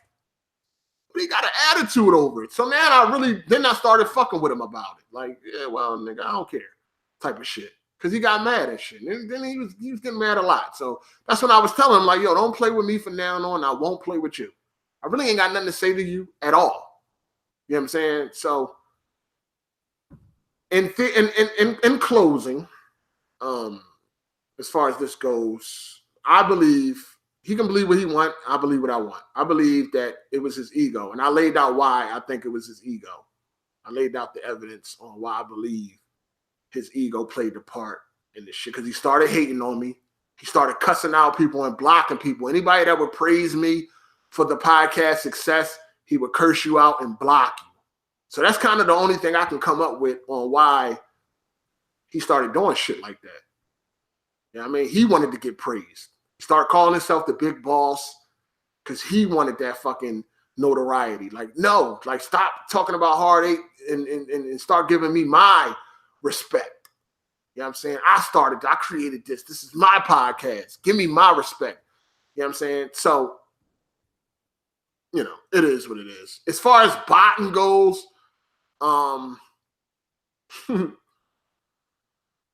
BG has always, see, this is the thing, right? This is the thing with this botting shit, right? Jimmy came out of nowhere. Jimmy came out of nowhere, right? He just came out of thin fucking air. Never heard of this dude. Never saw BG playing any games with this dude. Like, Jimmy wasn't somebody like, oh, that's the dude that BG be playing Uncharted 4 with a lot, or Uncharted 2 or anything like that. Oh, that's the dude BG be running with The Last of Us. Or that's nothing. Jimmy was never in them Skype calls. BG never mentioned this dude's name. BG never talked about this dude. Nothing. One day, this nigga just appeared on the podcast and was a permanent member. It's like, where'd he come from? Who is he? You go look at Jimmy videos, right? Nothing stands out to where it would be like, he ain't entertaining. He's not funny. He's the worst fucking dude on the podcast. Half of the time, he don't even know what the fuck he's talking about. He don't even know what domestic violence is. Like, this nigga don't know nothing, basically. He don't know. He's always wrong. That's what, remember we started talking about, you got to fact check Jimmy. Remember that? Remember we started saying that shit on the podcast? Jimmy said, you got to go behind and check him. Like, so it's like, what made BG want to make this dude a permanent member? Like, he wasn't funny. His videos wasn't entertaining. It wasn't like, oh, okay, I see why BG added him. This dude pretty funny or something like that. Or this dude entertaining. Nothing. He's fucking dull. This shit, you would find more entertainment watching paint dry than fucking Jimmy. Like, this nigga is terrible. You know what I mean? And I used to defend this dude. When people wanted this nigga off the podcast saying that he ain't do shit, I used to defend this nigga. But anyway, Jimmy came out of nowhere. Like, I'm telling you, like out of thin fucking air. I remember going to his channel, right? I go to his channel when he first popped up, and I'm like, this dude got 12,000 subs, but he ain't getting no views. So I'm like, what the? I'm like, that shit shady. Something ain't really right. You know what I mean? That shit funny. But then I remember back in the day, right? BG used to get accused of fucking botting, right? Back in 2013, YouTube took 15,000 subs from BG. Remember back in 2013 where I had pretty much disappeared for a month? Basically, my cousin got killed, right? So I was back in Philadelphia, June 2013. I was back in Philadelphia, right? Real shit had to be taken care of. Shit going down, right? I'm back in Philadelphia. I'm off YouTube. I ain't worried about no YouTube. I got to handle shit, right? So I come back, and this nigga BG is way past me in subs. I was only gone for a month. Like, before I left, I was past him. Come back, this nigga was like, like, what the fuck is going on? This nigga shot past me. He was gone. This nigga was like 10,000 ahead of me. I'm like, wow. So a few months after that, or a few weeks after I got back, they took 15,000 subs from BG. Y'all remember this shit? Maybe y'all don't. I do. They took 15,000 subs. YouTube. Don't really know why they took them. And y'all remember, even before I got kicked off of the podcast, y'all remember I used to make jokes about BG botting, right? Remember I used to say shit like, yeah, you got more subs than me because, you put in those 20 digits and them 3 digits on the back. Remember I used to say shit like that? Anyway, so they took 15,000 fucking subs from them. What the fuck they take 15,000 subs from you for? It wasn't one of those purge joints where they was removing, unactive accounts and none of that, because I didn't lose no subs, but he lost 15,000. Why? Don't really know. Obviously, YouTube felt like something shady was going on. So, of course, he shot right back up. After they took the subs from him, he shot right back up. This is what makes BG suspicious, right? First of all, once you find out Jimmy's background, right? It's like, why did he give Jimmy a fucking spot on Weapon Wheel? For what? What qualities does Jimmy have to where you would say, yo, I want this nigga on my podcast? What does he have? We know that Jimmy is a fucking serial botter. He's a serial botter. This nigga had fucking profiles on websites. This nigga was paying to get subs. Like, this shit is a fact. This ain't no motherfucking Resurrection got it all on his channel. This ain't no fucking opinion. It's a motherfucking fact. For the longest time, I used to ignore that shit, right? Because I felt like Resurrection was attacking the team. I ain't watching them fucking videos. But one day I was like, you know what? Let me watch this shit and see what type of evidence these niggas got. And I was like, yeah, that nigga Biden. And I told Jimmy, I said, Jimmy, yeah, you need to either admit it or prove niggas wrong. And that's when he made that podcast. That hangout admitting that he was botting. Somehow it disappeared. Like, he deleted that shit. But whatever. We know he's a botter. This is not up for debate. So BG shot. Like, BG was growing at a very nice, steady pace. While BG was on his way up, there was no doubt BG was going to hit 100,000 subs. He get to 80,000 and just flatline. And it was like, it's strange because that ain't usually how it happens. Like, when you growing at a steady pace, you fucking you slow down, but you just don't flatline. Like he flatlined. This nigga been at 80,000 subs for years. Like he just flatlined. And then when you put two and two together, you're like, Jimmy came out of nowhere, and he's cool with BG. This is BG friend. Why would BG want this nigga on the podcast? And then you find out that Jimmy was botting. BG was already being accused of botting. Shit ain't looking right. You know what I mean? Coincidence? I don't know. You know what I'm saying? Was he botting or not? I don't know, but it does look fishy. They take 15,000 subs from you. You shoot back up. You get to a number and flatline. And then at the same time, I had 40,000 subs. BG had double the sub count as me. But yet, consistently, I was getting more views. Like if I didn't get more views, I was like right there. You know what I mean? And I shouldn't have been when this nigga had double my sub count. I got 40,000, you got 80,000. At no time should I really be getting more views than you. And at no time should I even be close. So as far as the bot and shit, I'm talking about this because he was on Wingy trying to say like, Jimmy's not botting. And he like, yo, go look at Jimmy's channel. He don't get no views, basically. And it's like, yo, first of all, just because a nigga might not be botting now, don't mean he was never botting, right? Because, you know, you can learn from your mistakes. You can stop while you ahead. Everybody don't ride until the wheels fall off, right? Some people will stop while they're ahead. Or some people will just be like, you know what? This is nutty as fuck, dog. Like, who am I even trying to, like, impress? I'm fucking botting my subs, and I know the number ain't real, but do anybody care? And you might stop. At one point in time, he definitely was botting. This is a fact. Go to Resurrection Channel. He got the fucking videos. The shit is irrefutable. You know what I mean? The nigga was botting. So for BG to sit here and say, no, look at how many views he get. No, he ain't botting now. He got caught. Fuck what he bot now for? He got caught. Why would he do it? Why would he do that shit now? Hell no, he ain't gonna bot now when he got fucking eyes on him.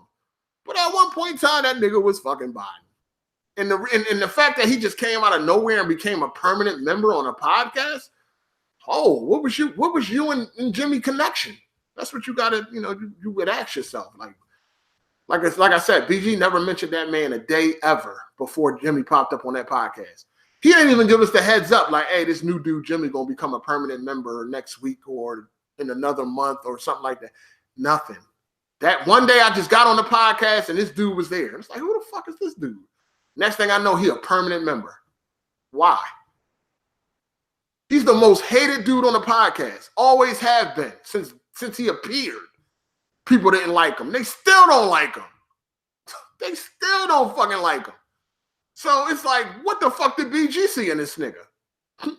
Things that make you go, Niggas botting. Jimmy was definitely botting. BG, I don't know. The evidence is inconclusive. Might not be another. I mean, you can take it for what it is. You can, you can think your theories or whatever like that. You know what I mean? Maybe he was, maybe he ain't. But at the end of the day, I really don't give a fuck if you bot. That's you.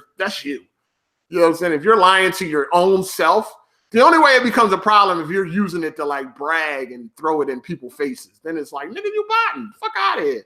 But if you want to bot, go, listen, more power to you. That's your fucking prerogative. Bot away, nigga. If that makes you feel good, that fake ass number, then good. That's on you.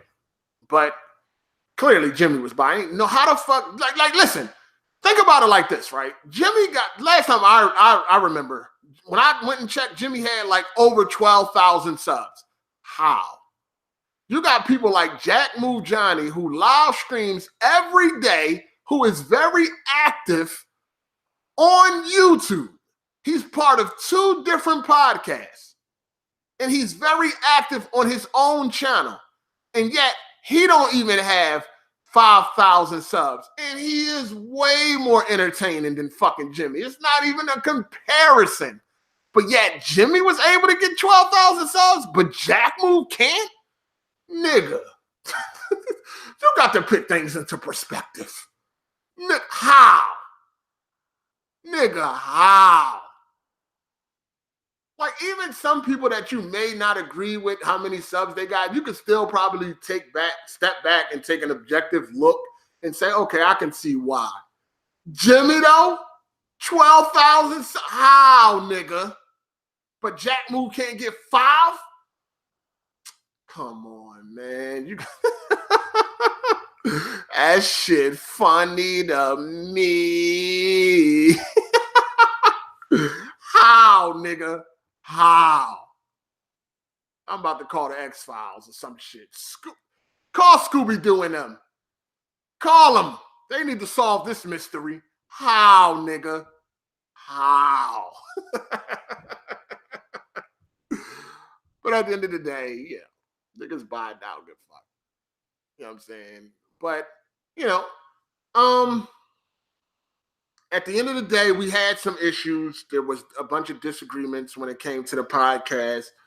I take ownership for the first outburst I had with BG when he muted me and I said, fuck Weapon Wheel Podcast. Hold on. Hello? I'm live streaming right now. I'm live streaming right now.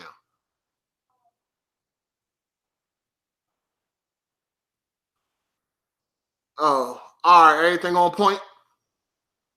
Oh, all right, cool. Well, congratulations. That's what's up. More money. Okay, I see you. All right.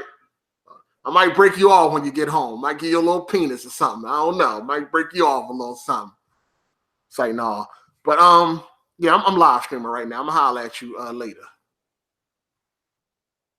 All right. So okay, what I was saying, yeah. So when it comes to the first problem we had was when I said fuck Weapon Wheel. I take that. I overreacted. I take ownership on that. The Jack move shit the first time where he was fraternizing with the enemy, fucking with Resurrection, and Resurrection was trying to tear down the podcast. I don't take that. I was defending the podcast, and that's all I was doing. So I'm not taking that. The other problem with GLM, I'm gonna take partial blame on that one. I'm gonna take partial blame for that. Again, I was protecting the podcast, but I definitely could have handled that in a different light. Hindsight is always 20/20. You dig? I got issues. I'm not perfect. I sometimes I go off the deep fucking end. Sometimes I don't think before I react. I ain't the fuck perfect. I ain't never said I was. I'm gonna take partial blame for that. Okay, that could have been handled differently. The GLM shit. What other problem after that? Yeah, so that was the whole Jack move, the doxing and all that. I'm gonna take partial blame for all that. I take partial blame for that. That whole situation. It all stemmed from GLM and the shit he was trying to do. I take partial blame for that. Okay. Also, now what we got next? We got Kid Smooth and the bet thing. Partial blame for that. Partial blame for that. Even though he provoked me, I should have been more mature, but sometimes I'm not. And I could have handled that better. Take partial blame for that. That was both our fault. When I say partial blame, everybody involved is guilty. It's just not on one person. The last issue with Kid Smooth, partial blame. Partial. Again, that ain't all on me. That ain't all on me. I took it there, but he took it there first because he was threatening. That's how it all started. Like, he was threatening me. He was like, he assumed that I was going to say something about his girl before I actually even thought about saying something about his girl, and he started threatening me, and that's what made me say something about his girl. But whatever. Partial blame for that. What else? The taxes shit, no, right? No. BG took the shit the wrong way. Shit went left. And I started off joking, but he got mad. Shit went left. So I don't know. I'm kind of indifferent about that. I don't know. Maybe you can say I'm to blame for that or whatever. Cool. So now am I missing any issues? Am I missing any?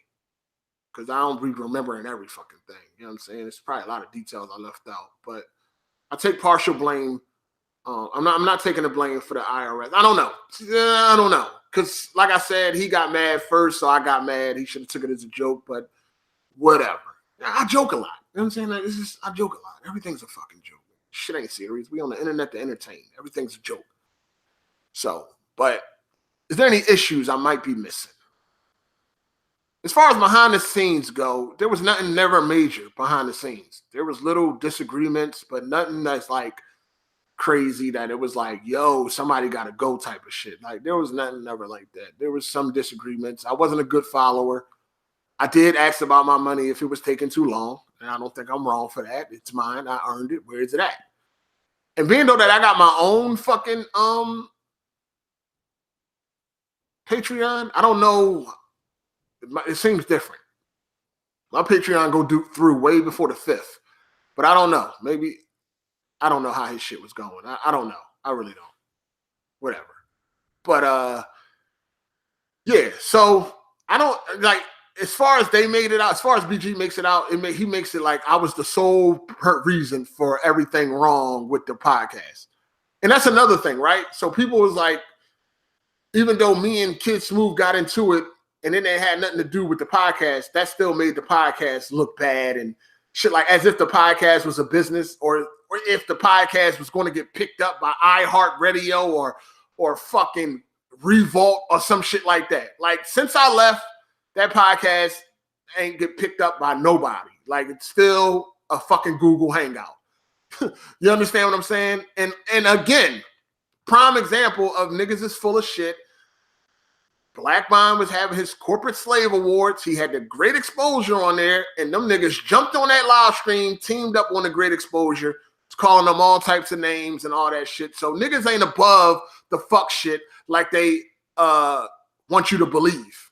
BG jumped right in that live stream and started roasting the great exposure, started arguing back and forth with him and all of that shit. So this good guy he be trying to portray and all that, and I'm making the podcast look bad. What about that type of shit? Did y'all not make the podcast look bad when y'all all jumped in it and teamed up against the great exposure? Did Exposure or whatever his name is? No, I didn't make the podcast look bad. And you know what? Another funny thing is now you got Resurrection and Jack Move are not cool, right? This shit funny. Hold up. Shout outs to Jay Harris. He said, I've been following you off and on since that Chris Smooth video. So you know you was the only reason I was listening to Weapon Wheel podcast. Shout outs to you, Jay Harris, but you're probably blocked right now. Shout outs to Alchemist Star. The fact you're addressing this and accepting blame shows you came a long way, following for many years, and this is why I rock with you. Big time growth. I never had a problem with accepting, if I did something wrong. I never had a problem with that. It is what it is. Like, I'm not fucking perfect, motherfucker. Like, everybody make mistakes and do shit and all that type of shit. Like, it is what it is. I ain't got no problem accepting. If I'm truly wrong, I'm fucking wrong. Like, I'm good with that. Like, I don't feel bad. Like, shit, I'm not fucking perfect. I make mistakes. You know what I'm saying? I fuck up at times. You know what I'm saying? I went to prison for fucking up. Like, it is what it is, dog. You know what I'm saying? But, Resurrection and Jack Move ain't cool. And this shit blew my motherfucking mind. When I seen Jack Move tell Resurrection on Twitter, something along the lines of like, I can't fuck with you like that. Plus you keep on attacking the niggas on the podcast. I seen that shit and I said, what? Hold the fuck up. Wasn't that the same shit that I was preaching? And I was looked at as the bad guy. But now you are preaching this same shit that I was saying fucking 2-3 years ago. That was my whole fucking problem with Jack Move. Now it's like he get it. Because he said the same thing to Resurrection. Like, yo, he said some shit along the lines like, I can't fuck with you, man. Like, and plus you keep attacking niggas on the podcast. They not cool no more. Resurrection and Jack Move are not cool no more. I seen the motherfucking tweets and the shit that Resurrection was saying about Jack Move. It wasn't very nice. it made me clutch my pearls. But I'm like, yo, I was saying the same shit. But when I say it, it's looked at as a bad thing. But when somebody else says it, it's cool. That's the same. Like, I don't know. Maybe I built this reputation for myself. But every time, everybody always wanted to put me in this gangster category because of my past and the shit. I used to be a gangster. I used to do some gangster shit. I no longer do gangster shit. I'm no longer trying to be a gangster. I'm not. I'm on here talking about video games and shit like that, right? I'm no longer trying to be a big. I mean, but niggas do fuck shit. You gonna get called out for it. Like that shit. That don't have nothing to do with no gangster shit. That's just about respect and shit like that. Niggas always want to tag me with, oh, Hard8, just like fucking Jimmy. Is there so much of a gangster? I'm not scared of you. Anytime somebody tell another man you're not scared of him, you are. And that's some bitch ass shit too. Look, picture me telling another man, I'm not scared of you. Like, shut up. You know what I'm saying? But maybe this is the reputation I built for myself, right? Even when I was arguing with the fucking sassy leprechaun, he was like patting himself on the back because he responded to me like, I'm not anybody else. I'm going to say something back to Hard8. Like, it's like a fucking trophy for these niggas. Like, yo, do you know what I did today? Man, I stood up to Hard8 over the internet. I am so fucking tough. I stood up to Hard8 over the internet. I am tough as hell. Like, I'm like, I don't even really be on no, like, I know I can't do nothing to nobody and I'm probably never going to see nobody. So I really don't really like think about that. Like, I might want to, but it's like, what's the chances, right? It's what the fuck is that? Wow, the landscaper is here with that fucking leaf blower. I didn't even hear them niggas. Oh my God. Y'all probably hear that loud ass fucking leaf blower in the background. Oh man. Fucking gay. Anyway, I'm sorry for the noise. Hopefully he'll shut it off soon. I didn't even know they was fucking here. But anyway, yeah. Like everybody else be on this gangster shit. Like I'm not even, I don't even really be like on some gangster shit. Like I truly don't. Like that's not who I am anymore. Like I'm not on no gangster shit. I'm not trying to be a gangster over the internet. It's just yes, I come from a different background and I've been through some shit. You know what I'm saying? But that's not really what I'm here for when it comes to the fucking this YouTube shit. But everybody always knows, don't just look at this gang thinks she's a gangster. What are you talking about? Like, you know what I'm saying? Like, I'm really not trying to perpetrate that lifestyle because I'm not doing anything gangster, dog. I'm not doing no gangster shit. Oh my God, this fucking leaf blower. Wow. Wow. It's not loud. Y'all don't really hear it? Oh, okay, cool. If y'all don't really hear it, then cool, man. But it's loud to me. But yeah, I'm not trying to be no gangster, dog. I'm just not. It's just about respect at the end of the day. I just want my respect. You know what I'm saying? I just want my respect, and that's it. Me and BG problem can be rectified if he admits his wrongs. That's it. He keep trying to place blame on me. And a lot of the times it was me defending the podcast. It was me sticking up for the podcast on the major issues. You know what I mean? Major issue with Jack Move, me sticking up for the podcast. Both major issues with Jack Move was me sticking up for the podcast. Major issue with Kid Smooth had nothing to do with the podcast. You know what I mean? Like it had nothing to do with the podcast. And the time I said fuck Weapon Wheel, that's not really nothing major. And that shit was a long time ago. You know what I'm saying? So when you really round up all of the issues, what actually directly impacted the podcast? The two issues I had with Jack Move and GLM and it kind of was BG too. But that was me defending like the podcast. Like, yo, this nigga trying to get over on the podcast. Or Resurrection is trying to take down the podcast. You know what I mean? And then the Kid Smooth issues, they had nothing to do with the podcast. Especially the last one. If you want to say the first issue had something to do with the podcast because the bet took place on a podcast, then okay. But that second issue had absolutely nothing to do with the podcast. So how did that affect the podcast? So when you really tally up everything, BG is full of shit. He's full of shit. Oh, it's it's just a lot of shit going on behind the scenes. Like a lot of that shit ain't had nothing to do with the podcast. You know what I'm saying? Had nothing to do with it. But at the end of the day, I'm doing better than I was on fucking Weapon Wheel. I got my own podcast. And, it's not too shabby, especially for the people I got. It's not too shabby. You know what I'm saying? And I'm happy with the people I got, except Melon Matt. Melon Matt, that nigga is on thin motherfucking ice. I don't like the way that nigga moving. I'm gonna have a conversation with Melon Matt. This nigga paying niggas to unblock him. I ain't really feeling none of that shit. He too motherfucking friendly with niggas I don't fuck with. I don't really get down like that. I know some of y'all look at that crazy because I know y'all was raised different and shit. Like y'all, like if a nigga shot your friend or some shit, you'll still be cool with the nigga. Like I don't know. That's just not how I get down. But I'll talk to Melon Matt.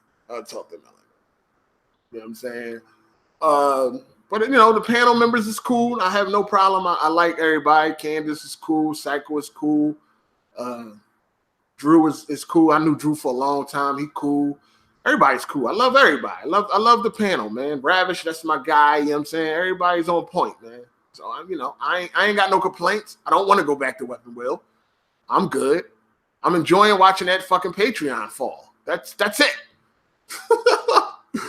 it. Other than that, I don't want to go back. I ain't bitter about Weapon Wheel. It's just that at the end of the day, I just like niggas do fuck shit. You're gonna talk about it. Like I know motherfuckers try to use reverse psychology. Like, oh, he's still talking about this. I own his mind. I don't listen. That coward internet shit don't work with me. See what these niggas really do. What these niggas really want. They want to be able to do fuck shit to you, and they want you not to speak on it. Like, oh, I can do some nut shit to you. But if you speak on it, then I own your mind. Like, get the fuck out of here. You own nothing. I didn't lose nothing. I don't lose no sleep, no money. I'm doing good. I'm well. I'm okay. I got a job. I'm good. Like, you know what I'm saying? I ain't tripping. You don't own my mind. My mind is not destroyed, but I do what I want. I didn't even listen to my motherfucking mother growing up. You think I'm going to listen to some internet niggas? I do what the fuck I want. I say what I want. I do what I want. You know what I'm saying? Niggas want to do fuck shit to you, and then they want you to be quiet about it. Oh, if he talks about this, I own his mind. So what happened when Wingy asked you about me?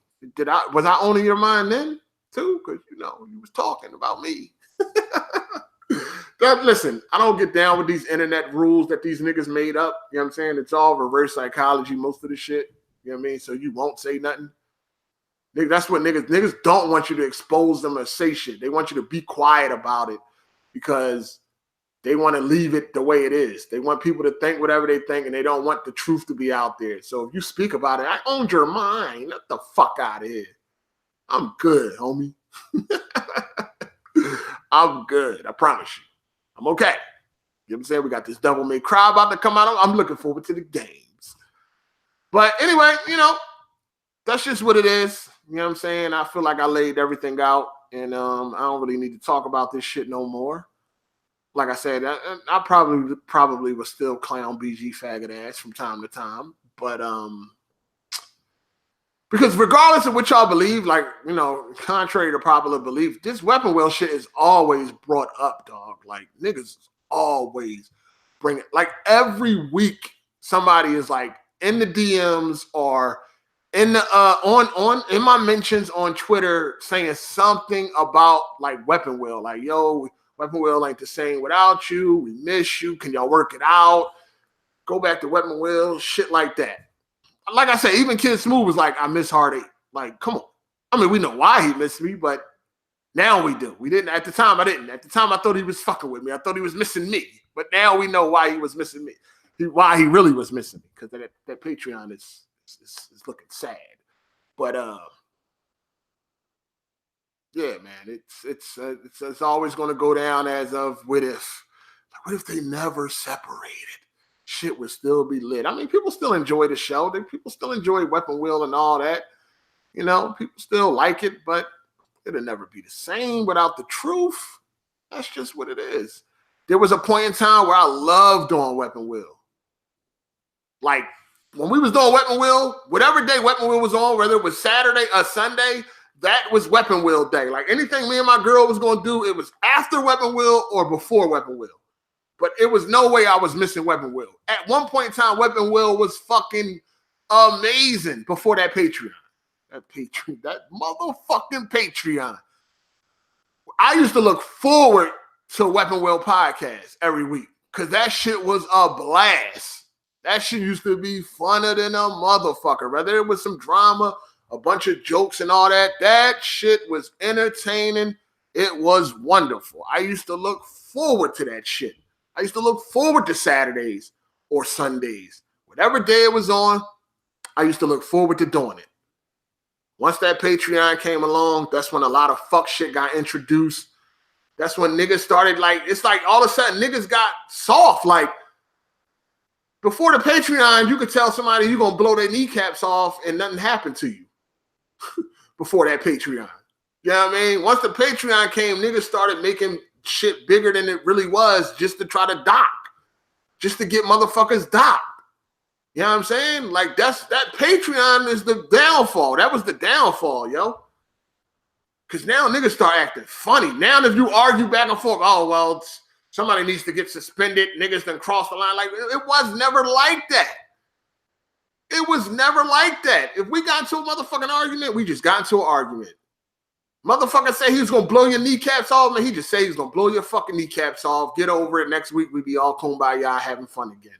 Oh, well. Patreon came along. Somebody needs to be suspended. Somebody needs to be docked. Somebody needs to go. What? Wow. Patreon, man. BG's ego, that fucking Patreon. That shit was the downfall. It was the downfall. That's what I believe. People can have their own opinion. That's what I believe. Fuck shit started when that Patreon came along. Niggas start getting greedy, man.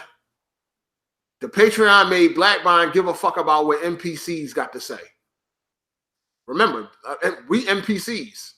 Me saying that I was only there for the money, that shouldn't have bothered Blackbine in no way, shape, form, or fashion.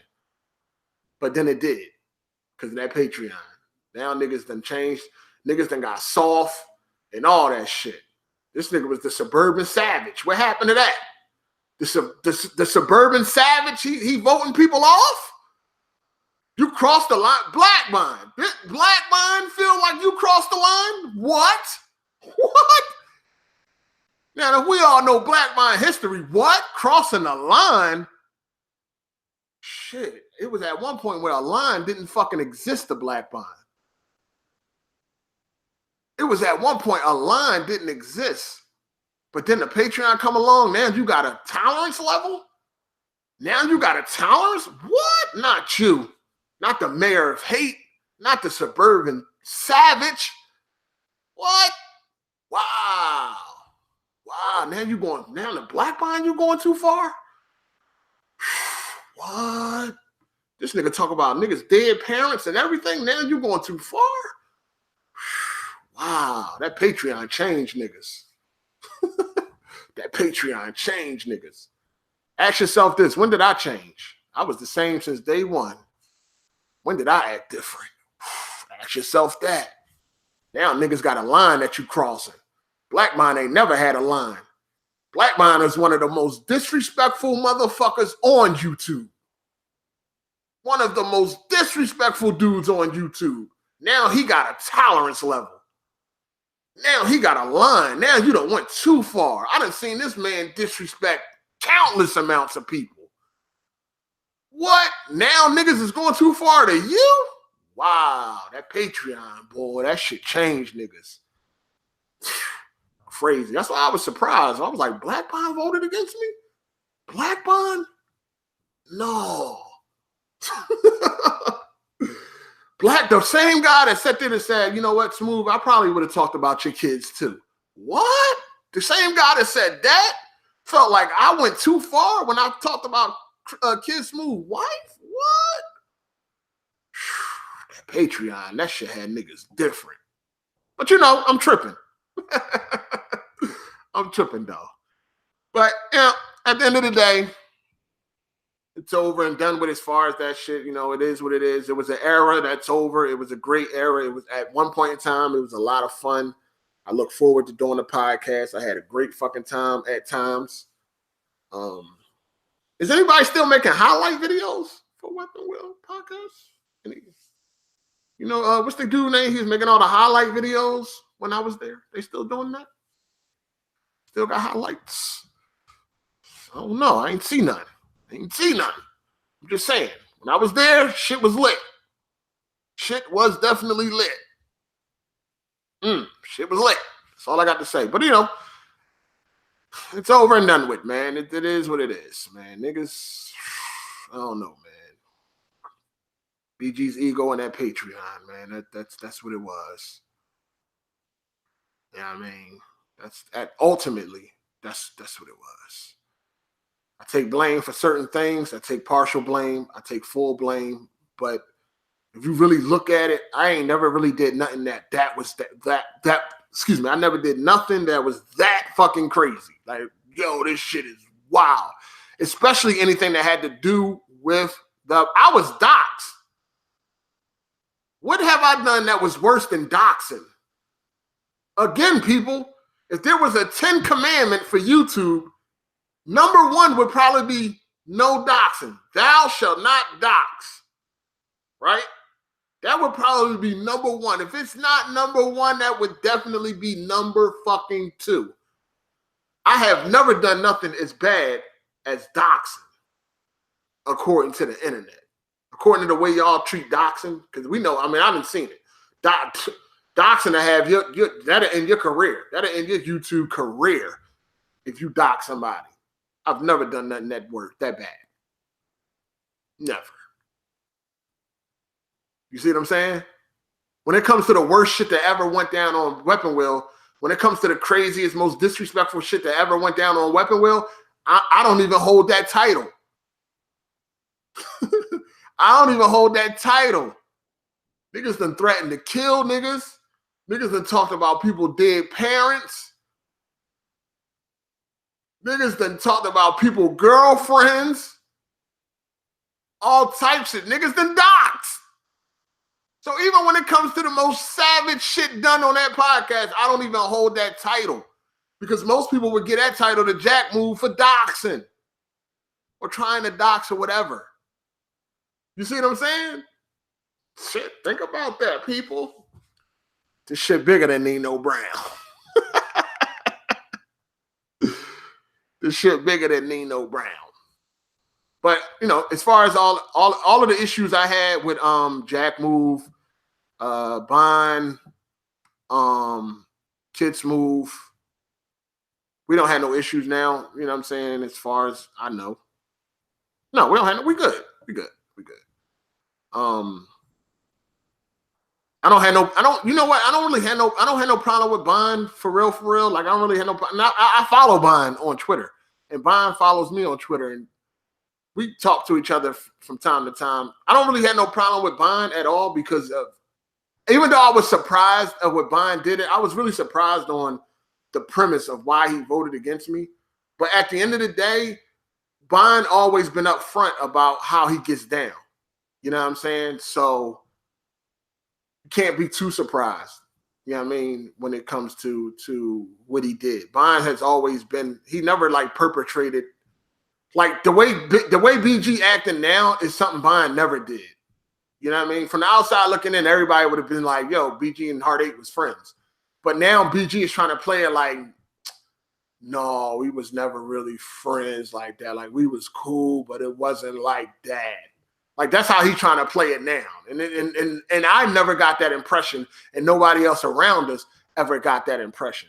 So that's why I can't really be mad at Bond, because Bond has always let you know where he stands from the get-go. So you won't be confused if shit go fucking left. I was just confused on his reasoning, not really that he actually did it. I was just confused on why he did it.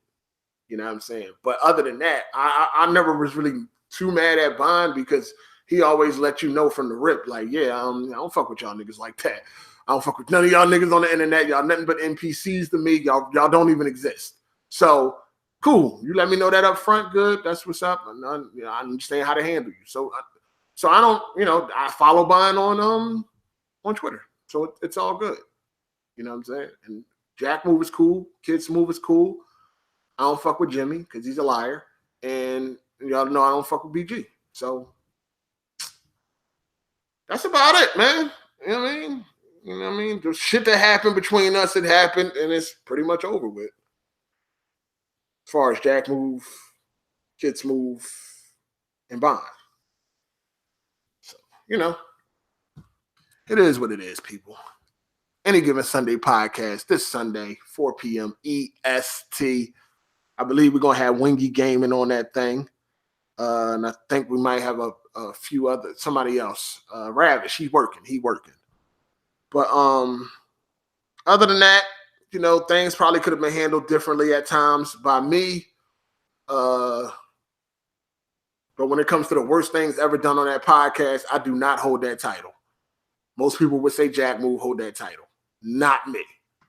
When it comes to the worst things done on that podcast. Some crazy shit. And it's all good. We always got through it. You know what I'm saying? We always got fucking through it. And then when that Patreon came into contact, that's when it was like niggas need to be held accountable and all that. And shit just got corny and shit just got out of hand. So it is what it is. Anyway. Anybody want a few questions? Anybody got some questions or maybe something that I forgot that y'all need me to speak on real quick? Let me know down in the comment section. If I missed any super chat, I apologize, but I appreciate anybody that did super chat if I missed you. But good looking out. You know what I'm saying? Damn, this shit was almost like 3 hours. Niggas had the raps. You know what I mean? Do I miss Renee? What? Fuck no.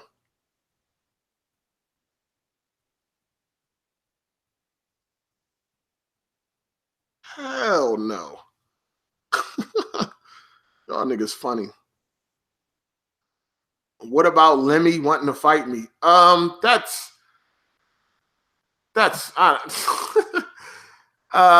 Listen, he knows that I'm in Georgia and he's in New York. Like, niggas kill me with he kills me with that type of shit. Oh, yo, see me or shut up and all. Like, shut the fuck up. Like, nigga, see you how? Go get on a plane? Go book a flight? You know what I'm saying? Like, nobody ain't gonna see you, so stop. Those are empty threats to me. Those are threats that those are threats when a motherfucker try to make it look like they really tough or they really about their life. Like, it can't happen, so stop it.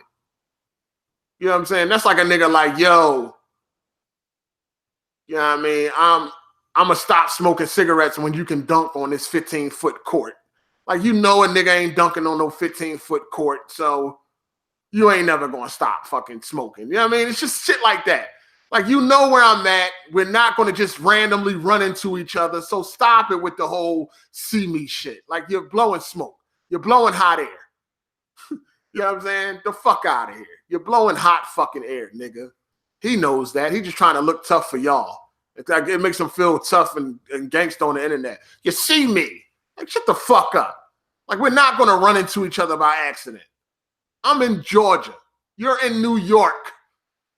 We are fucking hundreds of miles away from each other. We're not going to run into each other at Walmart or the fucking gas station, nigga.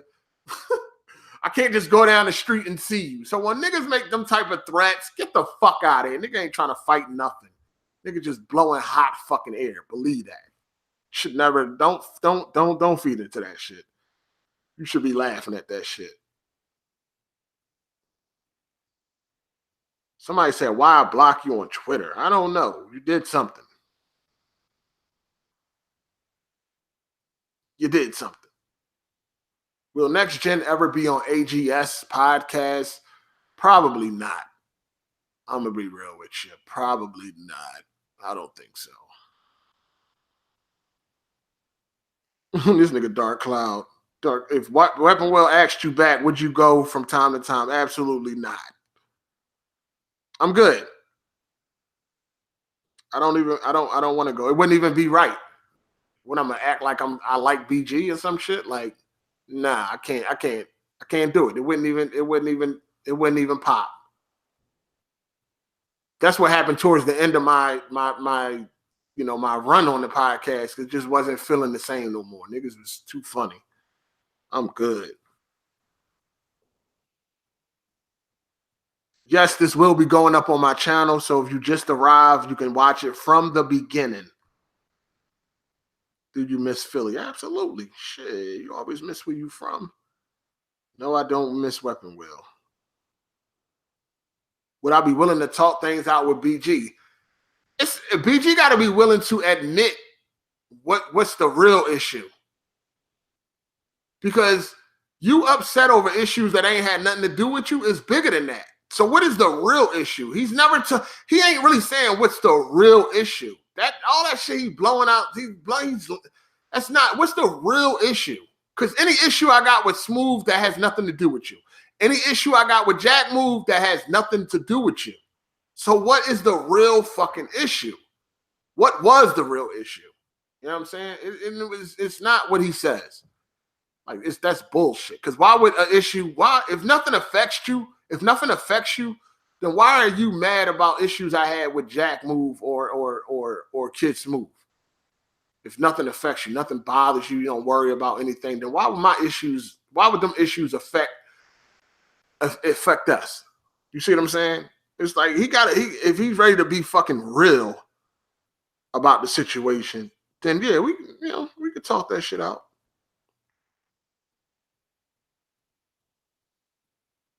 It's funny because you used to bully him when he first came on. You talking about Jimmy? Yeah, I used to bully his faggot ass. I didn't know who he was. I'm like, who the fuck is this dude?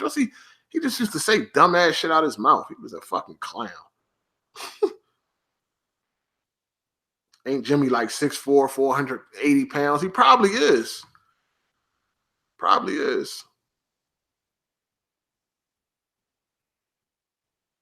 He said, "Me that temple." Y'all niggas funny as shit. Me that temple. So Smooth really just misses you because the Patreon falling. That's not a fact. All right, it's more like a joke. Okay, it's not a fact. Listen. Excuse me. I didn't know that the Patreon. I knew the Patreon was falling, but I didn't know it was as bad as it is. Right. So one day out the clear blue, Kid Smooth was just like, "I miss Hard8." So at the time, I didn't know that the Patreon was as bad as it was. So I just took it as like, to me, it was like a huge compliment and shit like that. I also was like, damn, how the big boss man gonna feel about that or whatever like that. And I just took it like it's a compliment and shit. You know what I mean? Like, because I was lit on the podcast. Shit was a lot of fun on the podcast. But then once I seen the Patreon, I'm like, oh, okay. Now I know why Smooth misses me. Because look at what happened to that Patreon since I left. So I don't really know for a fact if that's why. It's more like I'm just joking around and shit. I mean, Smooth would have to confirm that. But I just kind of like put two and two together. Like, hold on. Patreon low as fuck. Smooth said he missed me a couple weeks ago. Okay, now that makes sense. All right, now that makes sense. Because that came out of nowhere. Like, I miss Hard8. I'm like, what? Cool, it's a compliment. Thank you for the compliment or whatever. But it's like, where the fuck that come from? So now it's kind of like you kind of got some context now. Like, oh, okay. Now I see what's going on. That motherfucker. Okay. So, yeah, I don't really know if it's a fact, but, just a funny joke. You know what I'm saying? What do I have against Jimmy? He lied. He's a liar. So that's pretty much it. But he's motivation. Jimmy. I look at Jimmy when I feel like I want to quit this diet. When I feel like I want to quit this diet, I just look at Jimmy video. I see that his fucking chin is in his chest. I see this big dude looking like a sardine in a fucking can. This big overweight, sloppy, fat dude. I just be like, you know what? I'm going to stay. I'm going to stick with this. I'm going to ride this out. You know what I'm saying? He's motivation. That's what Jimmy is. He's my motivation. When I feel like I want to quit, I look at Jimmy and I say, you know what? Don't do it. Jimmy is the diabetic gangster. Nah, I don't want to be that. So that's it. Jimmy's my motivation. Hey, bro, getting rid of Blaze 4K was the best thing you done for the pod. Fuck that bitch made artistic retard. He's solid rev, bitch. Blaze 4K, man. I don't know. I don't talk to Blaze 4K no more. Yep, don't talk to Blaze 4K no more. I don't know what happened. I don't know. You know what? That could be a separate video. Because I got some theories on what happened with me and Blaze, or what happened with Blaze in the podcast. But I don't know. I might do the video. I might not. But I got a couple of theories. I got like 3 ideas on why I think Blaze stopped coming to the podcast and why he stopped talking to me and shit. So yeah, it is what it is. Me and Blaze friendship wasn't built on a solid foundation to begin with. It wasn't an organic friendship to begin with. So it could always fall apart. And I'm not going to go into details right now because this ain't the time. I may make a video about that. I don't know.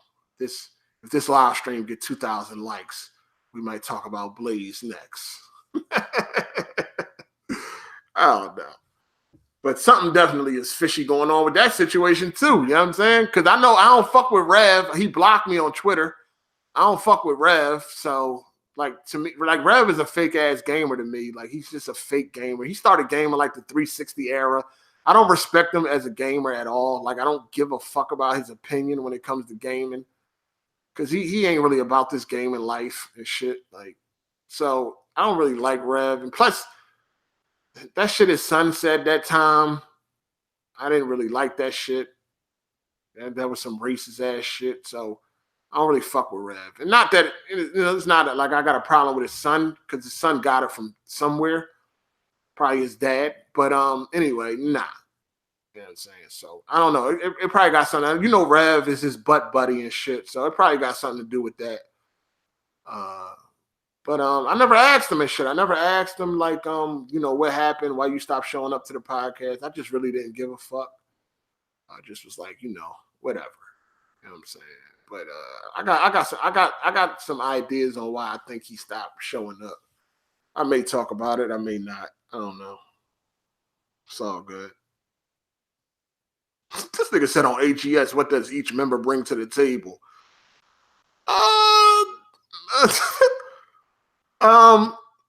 Shit, I'm gonna tell. Listen, this is how I pick the podcast members, right? I'm gonna be 100% real with you on how I pick the podcast members. I picked the podcast members based on if y'all had a job or not. I'm gonna be real with you. After the Weapon Will podcast, I was like, I do not want to fuck with niggas that don't got a job. Real talk. That's how I picked the podcast members. If you did not have a job, I didn't want to fuck with you. Because I did not want, like, money to be an issue again. Money was one of the major problems with Weapon Will podcast. You know what I'm saying? Niggas being fucked up and they need that extra little coin. So I was like, when I pick these members, they got to have a job. I pretty much picked y'all on having a job. I'm be real with you. I mean, y'all niggas was cool, but the main criteria was, do this nigga got a job? And everybody is very well off that I picked. So niggas was like, yo, we don't give a fuck about that money shit. You know what I'm saying? We just here to have some fun or whatever. And I was like, you know what? These are the niggas I can fuck with. I'm gonna be real. I'm gonna keep it 100. I'm gonna keep it 100. BG definitely ducked from a nigga on Twitter. That nigga ain't know that nigga was from New York. He thought that nigga was bluffing. That nigga BG talking about some, you wouldn't say that shit to my face. That nigga was like, yes, I will. We can meet right here. BG was like, all right, set it up. That nigga really showed up, and BG pulled the coward card. Oh, you really went there? I owned you. Y'all know how these cowards do. But yeah, I'm gonna keep it real. That's how I pick niggas. That was my main like criteria and shit. Like niggas gotta have a motherfucking job before I fuck with them. Cause we're not gonna deal with this money shit no more. You know what I mean? Shout out to Truth Hurt. He says Rev is a racist, misogynist, and Blaze is his spliff star. Yeah, yeah. I mean, I don't know. Rev don't really sit right with me, but it's all good. He blocked me on Twitter. That's all good. I don't care. I think he blocked me because of my comments. Because when he was speaking on Resident Evil 2, he clearly don't know what the fuck he was talking about. he referred to William Birkin as like a generic boss or some shit. It's like, nigga, what? Do you know who William Birkin is? No, you don't. So why don't shut up? I just went on Twitter and I just told dudes, I'm like, why do y'all listen to Rev, dog? Because he's a fucking overly manly type of dude or some shit. Like, why do y'all listen to him when it comes to games? He don't know what the fuck he's talking about. He doesn't. Like, he don't have enough experience. He ain't been playing games enough. How the fuck do you refer to William Birkin as like some fucking generic person? Like, nigga, that's William Birkin. Like, do you not know who he is in the world of Resident Evil? Like, he's the reason this shit is even going down. Like, this is the fucking godfather of this shit. Like, he's in the world of Resident Evil. He started this shit. Like, what the fuck? How the fuck you gonna refer to him as being generic? Like, what are you talking about? Shit funny as hell. Nigga didn't like Resident Evil Remake, but he liked Crackdown. Like, why are you listening to people like this? It blows my fucking mind. Like, nigga, stop. Shit don't hold no fucking weight. I'm like, wow. I can't take this shit serious. No, I am not beefing with Kofi, dog. I don't have any beef with Kofi. None at all, man. I have no beef with Kofi. No beef. If I had beef with Kofi, you would know. I have no beef. He act like a faggot sometimes, but I have no beef.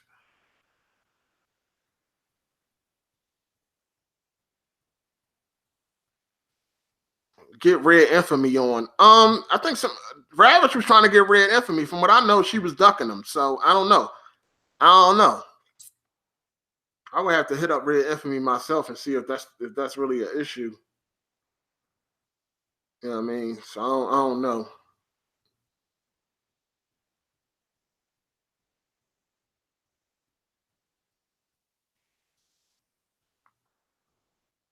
Anyway, I'm about to get up out of here. I think I spent enough time with you fellas. You dig? Feeling real good about myself right now.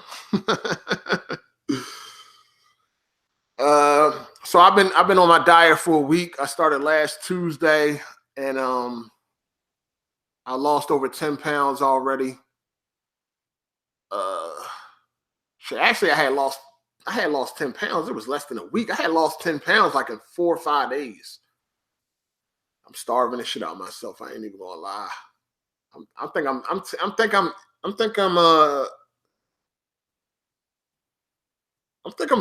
like at like 1,200 calories a day. I think I'm lower than that. I think I'm lower than 1,200 calories a day. Like I really be on some fast and shit. You know what I'm saying? So shit going. It's a lot harder. You know what I mean? Nigga be ready to quit this shit. Like real talk. Like man, fuck this shit. Fuck it. But you know, just gotta have discipline, man. I'm gonna stay strong as long as I can. Hopefully I don't quit. But you know, it's all good. People saying 2019 the worst year for gaming. I mean, yeah, you know, we see that. I wonder what they're comparing that to. What's been the worst year for gaming so far? Like, in order to come up with that that opinion, what are you comparing it to? What year are you comparing it to? That it's worse than. You know what I mean? Like, what's the comparison?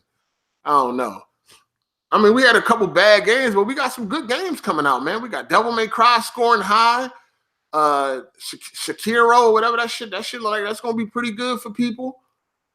You know what I mean? You got Mortal Kombat 11 and shit like that. Like, it ain't over yet, man. It ain't. I mean, February was a pretty bad fucking month, but we still got a lot of good games coming.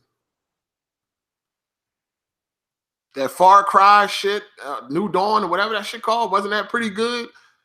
I mean, I don't know. We'll see.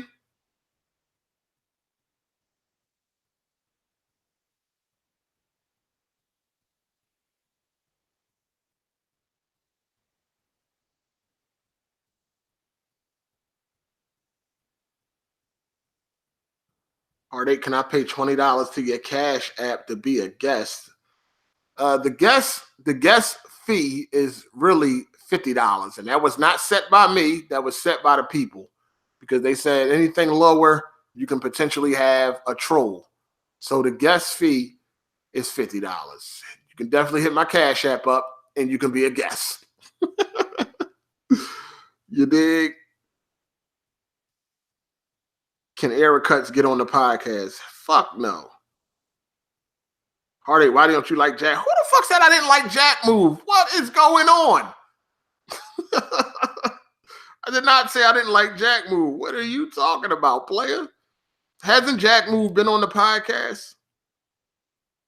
You tripping.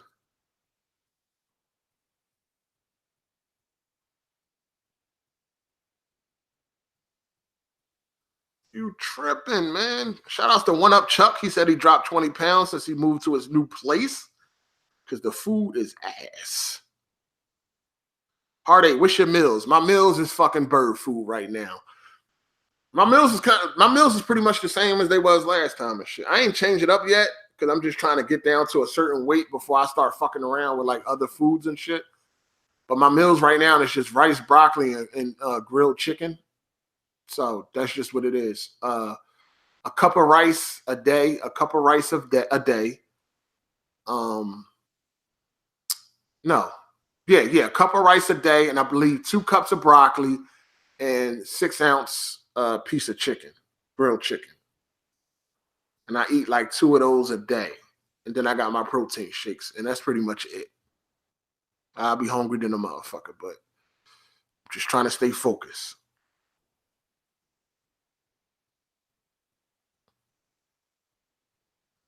Yeah, I heard. I mean, a couple of people told me at work that like that 1,200 calories a day or less is like not healthy and whatever like that. But it's just where I'm at right now. I feel cool. You know what I'm saying? So yeah, I was on a diet last year and I failed. I was successful, then I failed. I was on a diet last year. I lost 70 pounds. I lost 70 pounds in 2 months. And then I relapsed. I failed. And then I failed and I pretty much gained like all that weight back. You know what I'm saying? Because I was just like, fuck it, I don't care. But yeah, I failed. You know what I'm saying? I lost 70 in 2 months and then I failed.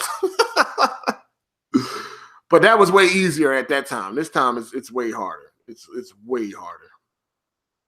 Eat more protein to build muscle, and having more muscle burns more calories. Oh, okay.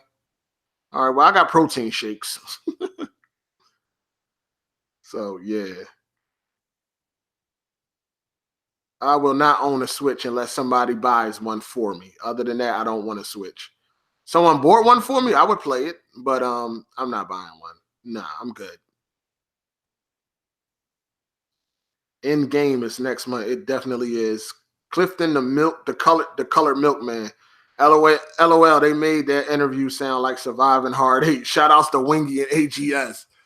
Didn't they? Didn't he try to make it seem like I mean, oh, it's more enjoyable to do now? Like, so what?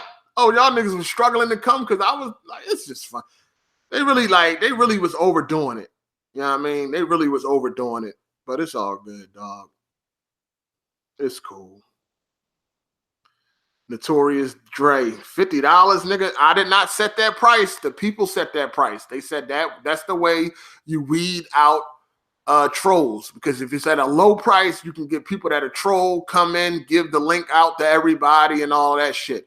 I did a live stream to come up with the price for guests, and the people was like $50 is cool. So that's what it is. You know what I'm saying? The people set that. Get one of them old chicks that used to do your outro. I can get some chicks. I can actually get some chicks on my podcast. I just don't reach out to them. I can get a couple chicks on my podcast. That's not a problem.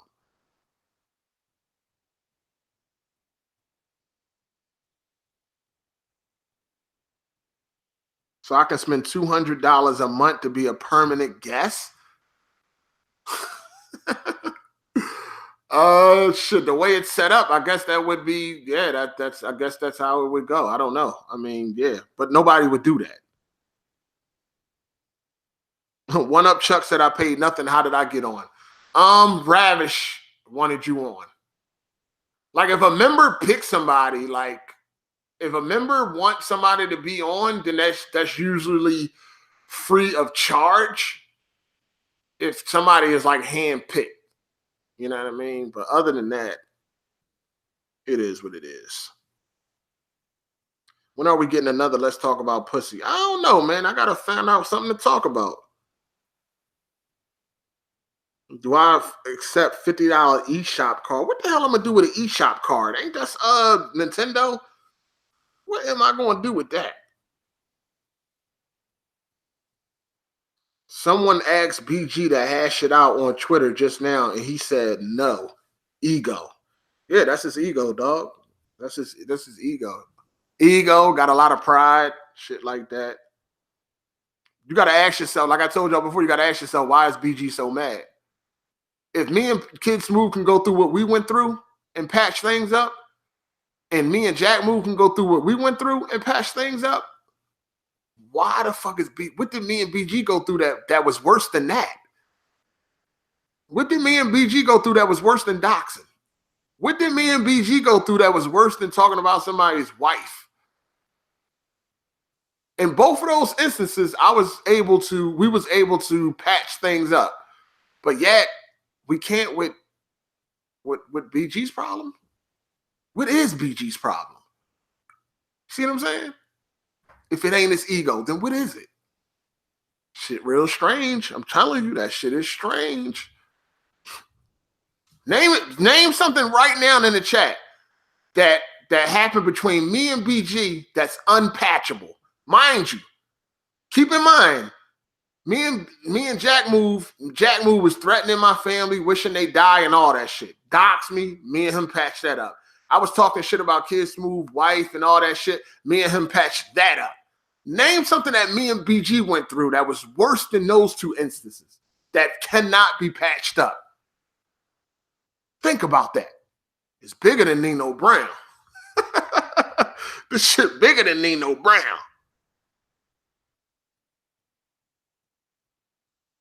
Hit the like button, people. Make sure y'all hit the like button. I appreciate y'all. Make sure y'all hit the like button. How do I feel about spinach? I like spinach. Right now, I'm gonna change my meals up eventually. I'm just doing this right now because it's like the easiest, real quick. You know what I'm saying? It's the easiest. I'm gonna change it up. But you know, I'm just doing what I did before. I lost 70 pounds before eating the same shit I'm eating now. So I just kind of went back to what I know so far. You dig? When you getting Gamer 2323 on there? Oh, I don't know. I just got to reach out to him, man. I just got to reach out to him. You know what I'm saying? You know I got a problem with that. I'm going to do better. I'm going to do better.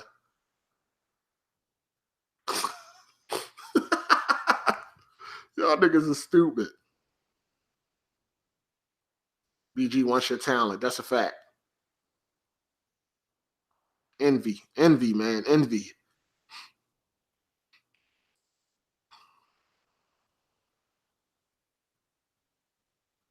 Ravishing said if I gave him $25, he could hook me up with a guest appearance. What? No, Ravish ain't do no shit like that.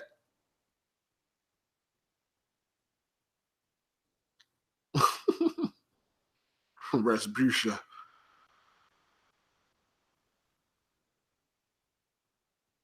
No. I don't know. Somebody said that he said something on Twitter. I don't really know. He probably did, probably didn't. I don't really give a fuck. I mean, he said it out his own mouth on Wingy. So, it is what it is.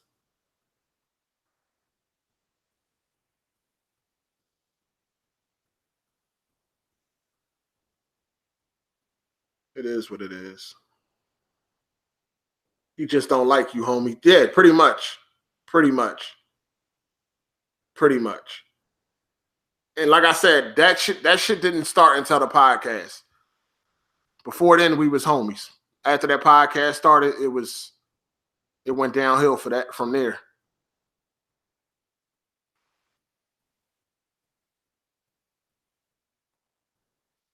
His ego won't allow him to patch nothing up right now, because if I was to be back on Weapon Wheel, like, just for an episode, that would be a huge fucking that would get a lot of views, and his ego ain't gonna allow that. Like, he don't want nobody to be able to say, damn, look what happened when Hard8 came back. He don't want you to be able to say no shit like that. That shit would bruise his ego. Like, he don't want you to be able to say anything. That's why when that motherfucking Patreon started dropping like flies, he hid it. He made it private because he didn't want nobody to be able to say, oh shit, damn, look what happened when Hard8 left, the Patreon going down. He has now since made the Patreon public again. So I guess he done got over that now. It's been a while. You know what I mean? He done got past that. But when that shit was first falling, he didn't like that. That shit was bruising his ego, and he had to hide it. He didn't want nobody to know where that shit was at. Because he didn't want nobody to like rub that shit in his face. So he was like, nah, I gotta hide this shit. But now I guess he done got over that. So now it's on display again. And it looks bad.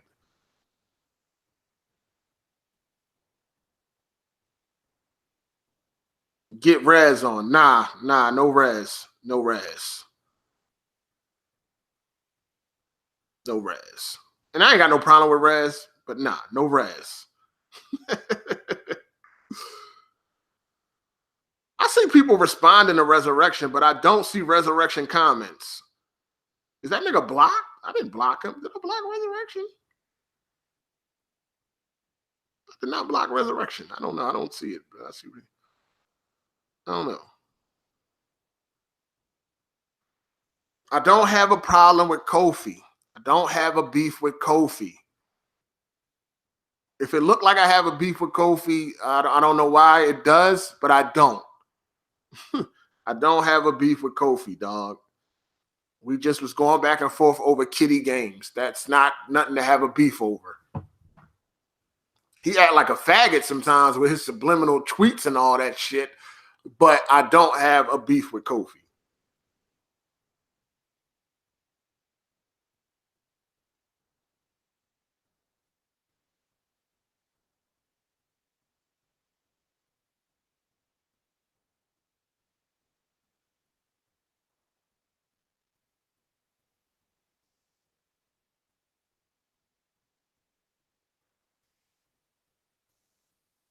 BG used you for views. That's what I'm thinking now. Yeah, that very well might be true. That very well might be true. That's what I was telling people on Twitter. I'm like, you got to watch out for a lot of people on, like, you got to be wary. Anybody that got like a YouTube channel and they looking for YouTube fame or they looking to grow a channel, you got to be wary of being friends with people like that when it comes to YouTube, because a lot of dudes are just networking. Like, they're not really trying to be your friend, but they will act like they are if you are a benefit to them. Like, if you can help them in some way, they'll act like they're friends with you. You know what I'm saying? Until they can get what they need out of you. And then it's like, nah, I don't fuck with you no more.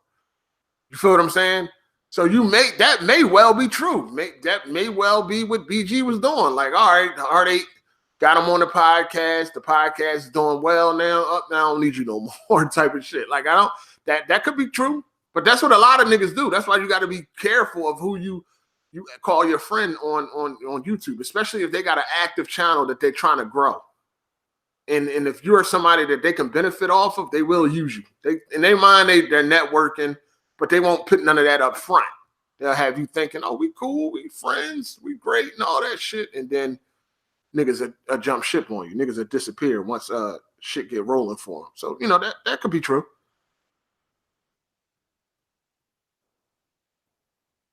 If you go to E3 and meet BG, y'all can patch things up.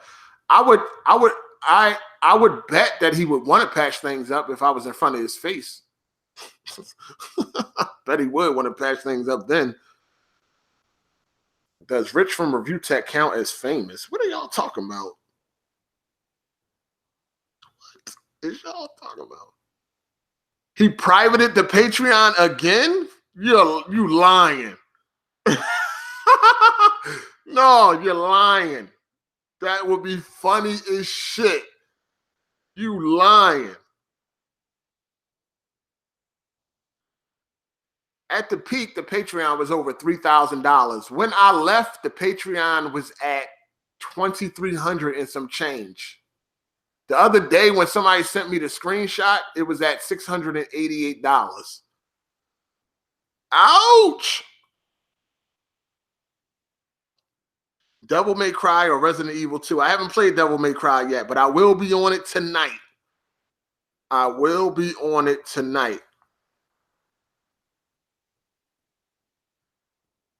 Yo, shout out. Kofi's in the chat right now. Shout outs to Kofi. Why people want me and Hard8 to beef so bad? Niggas love this drama. They definitely love drama. That's a fact. I keep telling y'all they love this drama shit. Don't believe nothing else. But listen, anytime you disagree with somebody, it doesn't mean that you beefing. He has a stance. I disagree. We're not beefing. I can make a video. Like back in the day, people used to make video responses. It don't necessarily mean there's beef because you make a video about somebody. It's not fucking beef. You know what I'm saying? It's not beef. We had a disagreement, and that's pretty much it. I'm not mad at Kofi. Like it ain't no beef, dog. It's no beef. That's why when people was like, "You got beef with Kofi," I'm like, no. What the hell? I don't have beef with nobody. I ain't got beef with nobody. I don't even got beef with Zaire. I have beef with nobody but BG. The reason why I got so much beef with BG because he's such a fucking fraud, dog. He's a fraud, and he's a fraud, dog. Like real talk. He's frauding so hard. And he had control over everything. Like he was the ringleader of all that shit. Like everything came down to him, and he the one that made it happen. He put everything into effect. You know what I'm saying? It was him.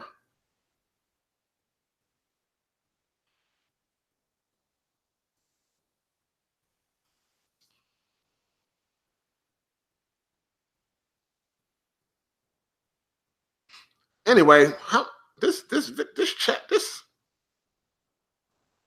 many hours? This shit been going on for a minute. I think I did like 3 hours. What time is it? Oh shit, I did like 3 hours. I've been doing this for about as long as Weapon Wheel Podcast be going on. Ain't Weapon Wheel Podcast like 3 hours now? Is it 3 hours plus after party, or is it 3 hours with the after party?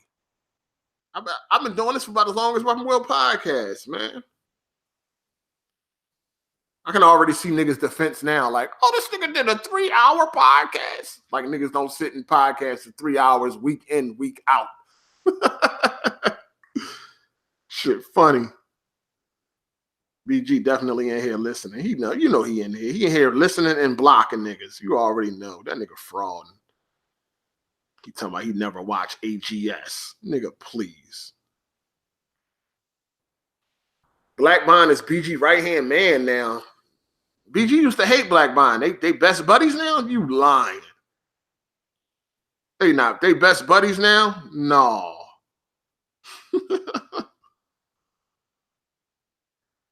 Yeah, anime junkie. We on top of all that, dog. We on top of all that. We gonna have all that.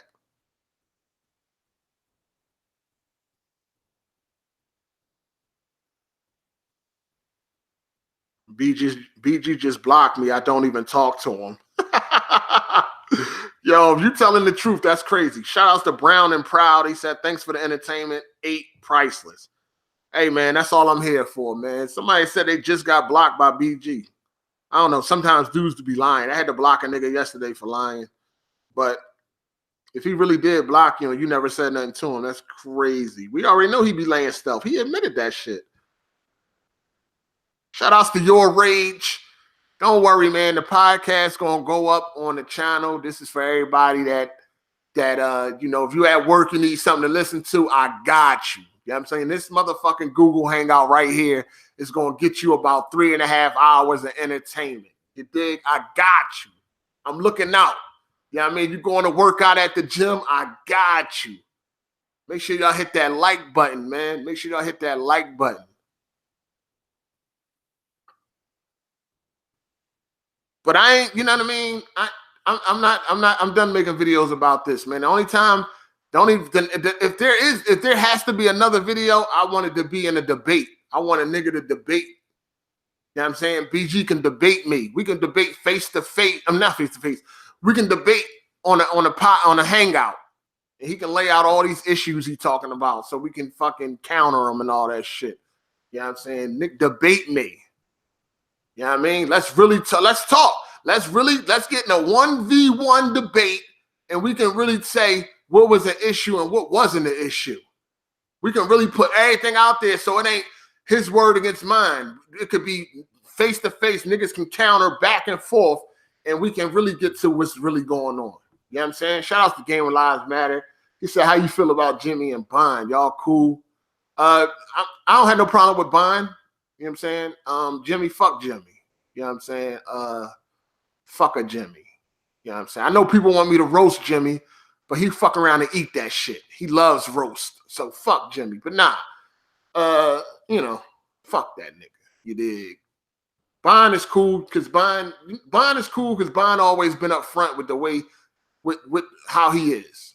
You know what I mean? He ain't never perpetrate. He ain't never hide. He ain't never, you know, Bond never pretended to be like a friend when he wasn't.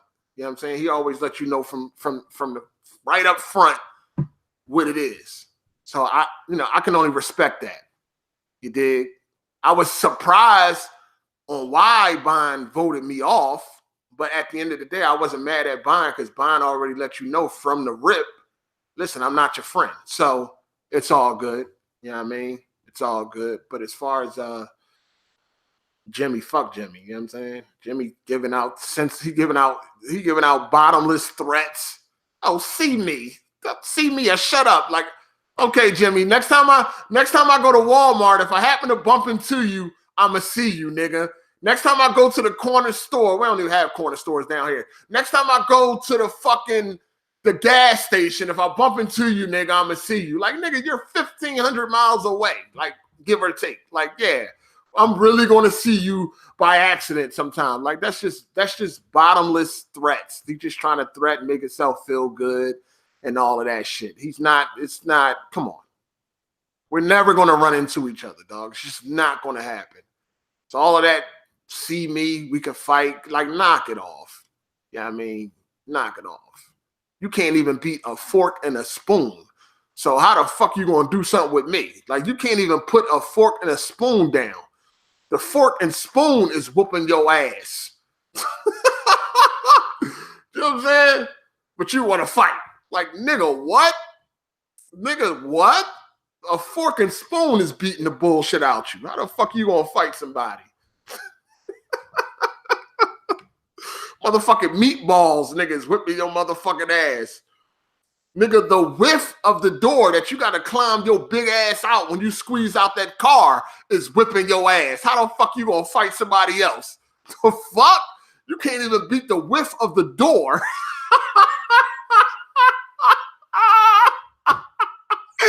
Yo, like this, I will roast the fucking boots off of this nigga. Like this nigga, this shit is natural for me, dog. It's easy. I will get you the fuck out of here so motherfucking fast, dog. Relax.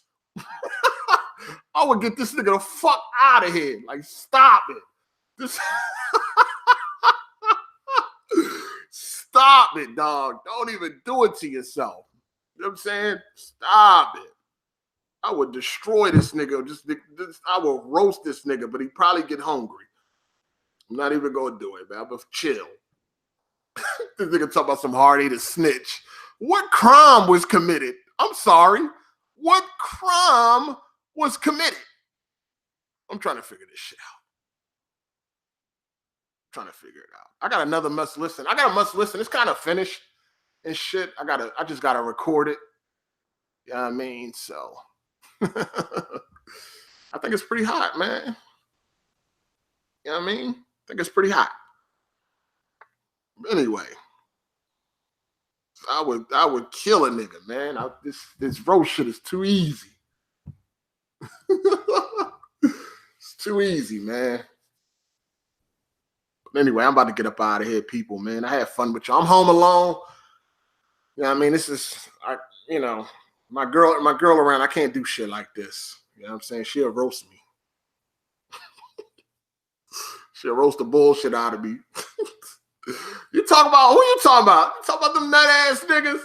What the fuck is wrong with you? I'll be scared. I don't want to hear it. She roast the shit out of me and shit. I'm not gonna lie. Yo, one day I was watching. Oh, yeah, I was watching a BG video. Yeah, I was watching a BG video. Real talk. I swear to God on my sister, dog. Like, yo, on my grandmother. I'm watching a BG video and shit. I think it was like a review or something. I'm not sure what was it. I'm not sure if it was Crackdown or something. It was like a review. I'm watching a BG video and shit, right? She was like, I'm watching it on my phone and shit. She was like, what you watching? I know you ain't watching them nut ass niggas from that podcast. That sounded like what she said. She was like, that sounded like BG or who else she named? She said Jack Move, but she gets them like mixed up sometimes, and I'm like, I'm cool with Jack Move. Like she be getting them mixed up. She's like, why you watching that nut ass nigga? She was like, what, you missed that nigga? Like she started roasting me, dog. I'm like, because at first she was like, who that? I'm like, oh, it ain't nobody. I'm just watching the video and shit. Like I didn't want to tell her who it was because I already knew she was gonna go in. She was like, that sounds like one of them nut ass niggas off that podcast. Who that? BG Jack Move, one of them niggas? I'm like, no. I'm like, what the fuck you watching him for? What, you miss him? I'm like, no. I'm just, this is not a fucking game. Like I'm just listening to something and shit. Like I had to turn the volume down and shit. Like, God damn, I can't even watch no shit. I swear to God, dog, she started roasting the shit out of me, man. Yo, I gotta chill, man. Shout out to Game of Lives Matter. When you do a ride with Jimmy, if I pay the gaming community tax to send you up there, a shout out to the haters in my chat. I donate what I want. Why don't you? I'm busy. I got shit to take care of. I can't go up to New York and ride in dusty, musty ass car. But yeah, man, she went in on me, man. She like, what, you missed them niggas and shit? I was like, nah. I felt all embarrassed and shit. I'm like, man, I ain't watching no more of them videos around her. Like, fuck that. I ain't watching no more shit around her no more. She was like, them nut ass niggas, man. Man, that shit was crazy. So I gotta do this video when she ain't around, dog. I had to talk about this shit and shit. You know what I'm saying? Hopefully she don't see it and shit. She's gonna start going in on me and it's just like, oh man, this shit crazy. Anyway. All right, man. We had fun, man. We're gonna get up out of here, man. It is what it is, man. I said my piece. You know what I mean? Just wanted to address a few things that BG said on Wingy podcast and shit like that.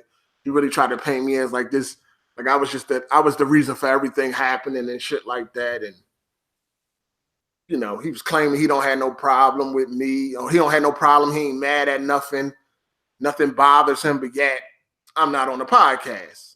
Like something had to bother you to be like, you know what? I'm voting him off. Like I want him off. Like something had to bother you at some point.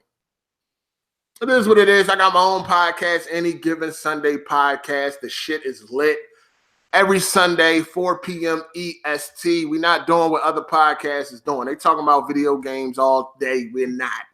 We talking about some shit, dog. You know what I mean? Very entertaining podcast, I think. And we had some fun. I got a lot of unknowns on my podcast, but that's cool. You know what I mean? They're good folks. So make sure y'all check that out. Anyway, I'm about to get up out of here, man. This video will post in a few. Give it time to render. If you just showed up, you can watch it from the beginning. Shout outs to all the super chat supporters. Shout outs to everybody that hit the like button. If you have not hit the like button, do that right now. And it takes a millisecond. Stop being lazy. All right? You know what I mean? Stop being lazy. I'm fighting for my fucking life. I gave y'all niggas 3 hours of my life. Hit the like button. Stop playing with me. Like, use your mind. It take a millisecond. Use your common sense. It take a millisecond to hit that like button. Stop playing with me. I gave y'all 3 hours of my life. Stop playing with me. All right? Shit crazy, man. Shit. I mean, stop playing with me. For real. Gave y'all 3 hours of my life. Anyway, I'm about to bounce, man. I appreciate everybody for coming through. Everybody that stayed the whole time. Appreciate y'all. It was fun, man. It was fun. Now we'll see y'all on Sunday at Any Given Sunday podcast and 4 p.m. EST. You know what I'm saying? So we out of here. I got to go get something to eat because I ain't eating nothing all day. In fact, I ain't eaten nothing in a long time. I don't think I haven't ate anything in like 18 fucking hours. Like, for real.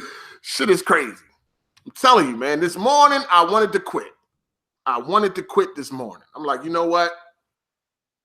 Fuck this diet shit. I said, fuck this diet shit. Fuck it. Got on YouTube. I looked at a Riding with Jimmy video, and I said, you know what? I got to stay on my diet. I do not want to look like a sardine in a fucking can, like that dude in that little ass truck, car, whatever the fuck he in. I don't want to be like that. I can't let the spoon and fork defeat me. I had to stay focused. That's just the motivation I need.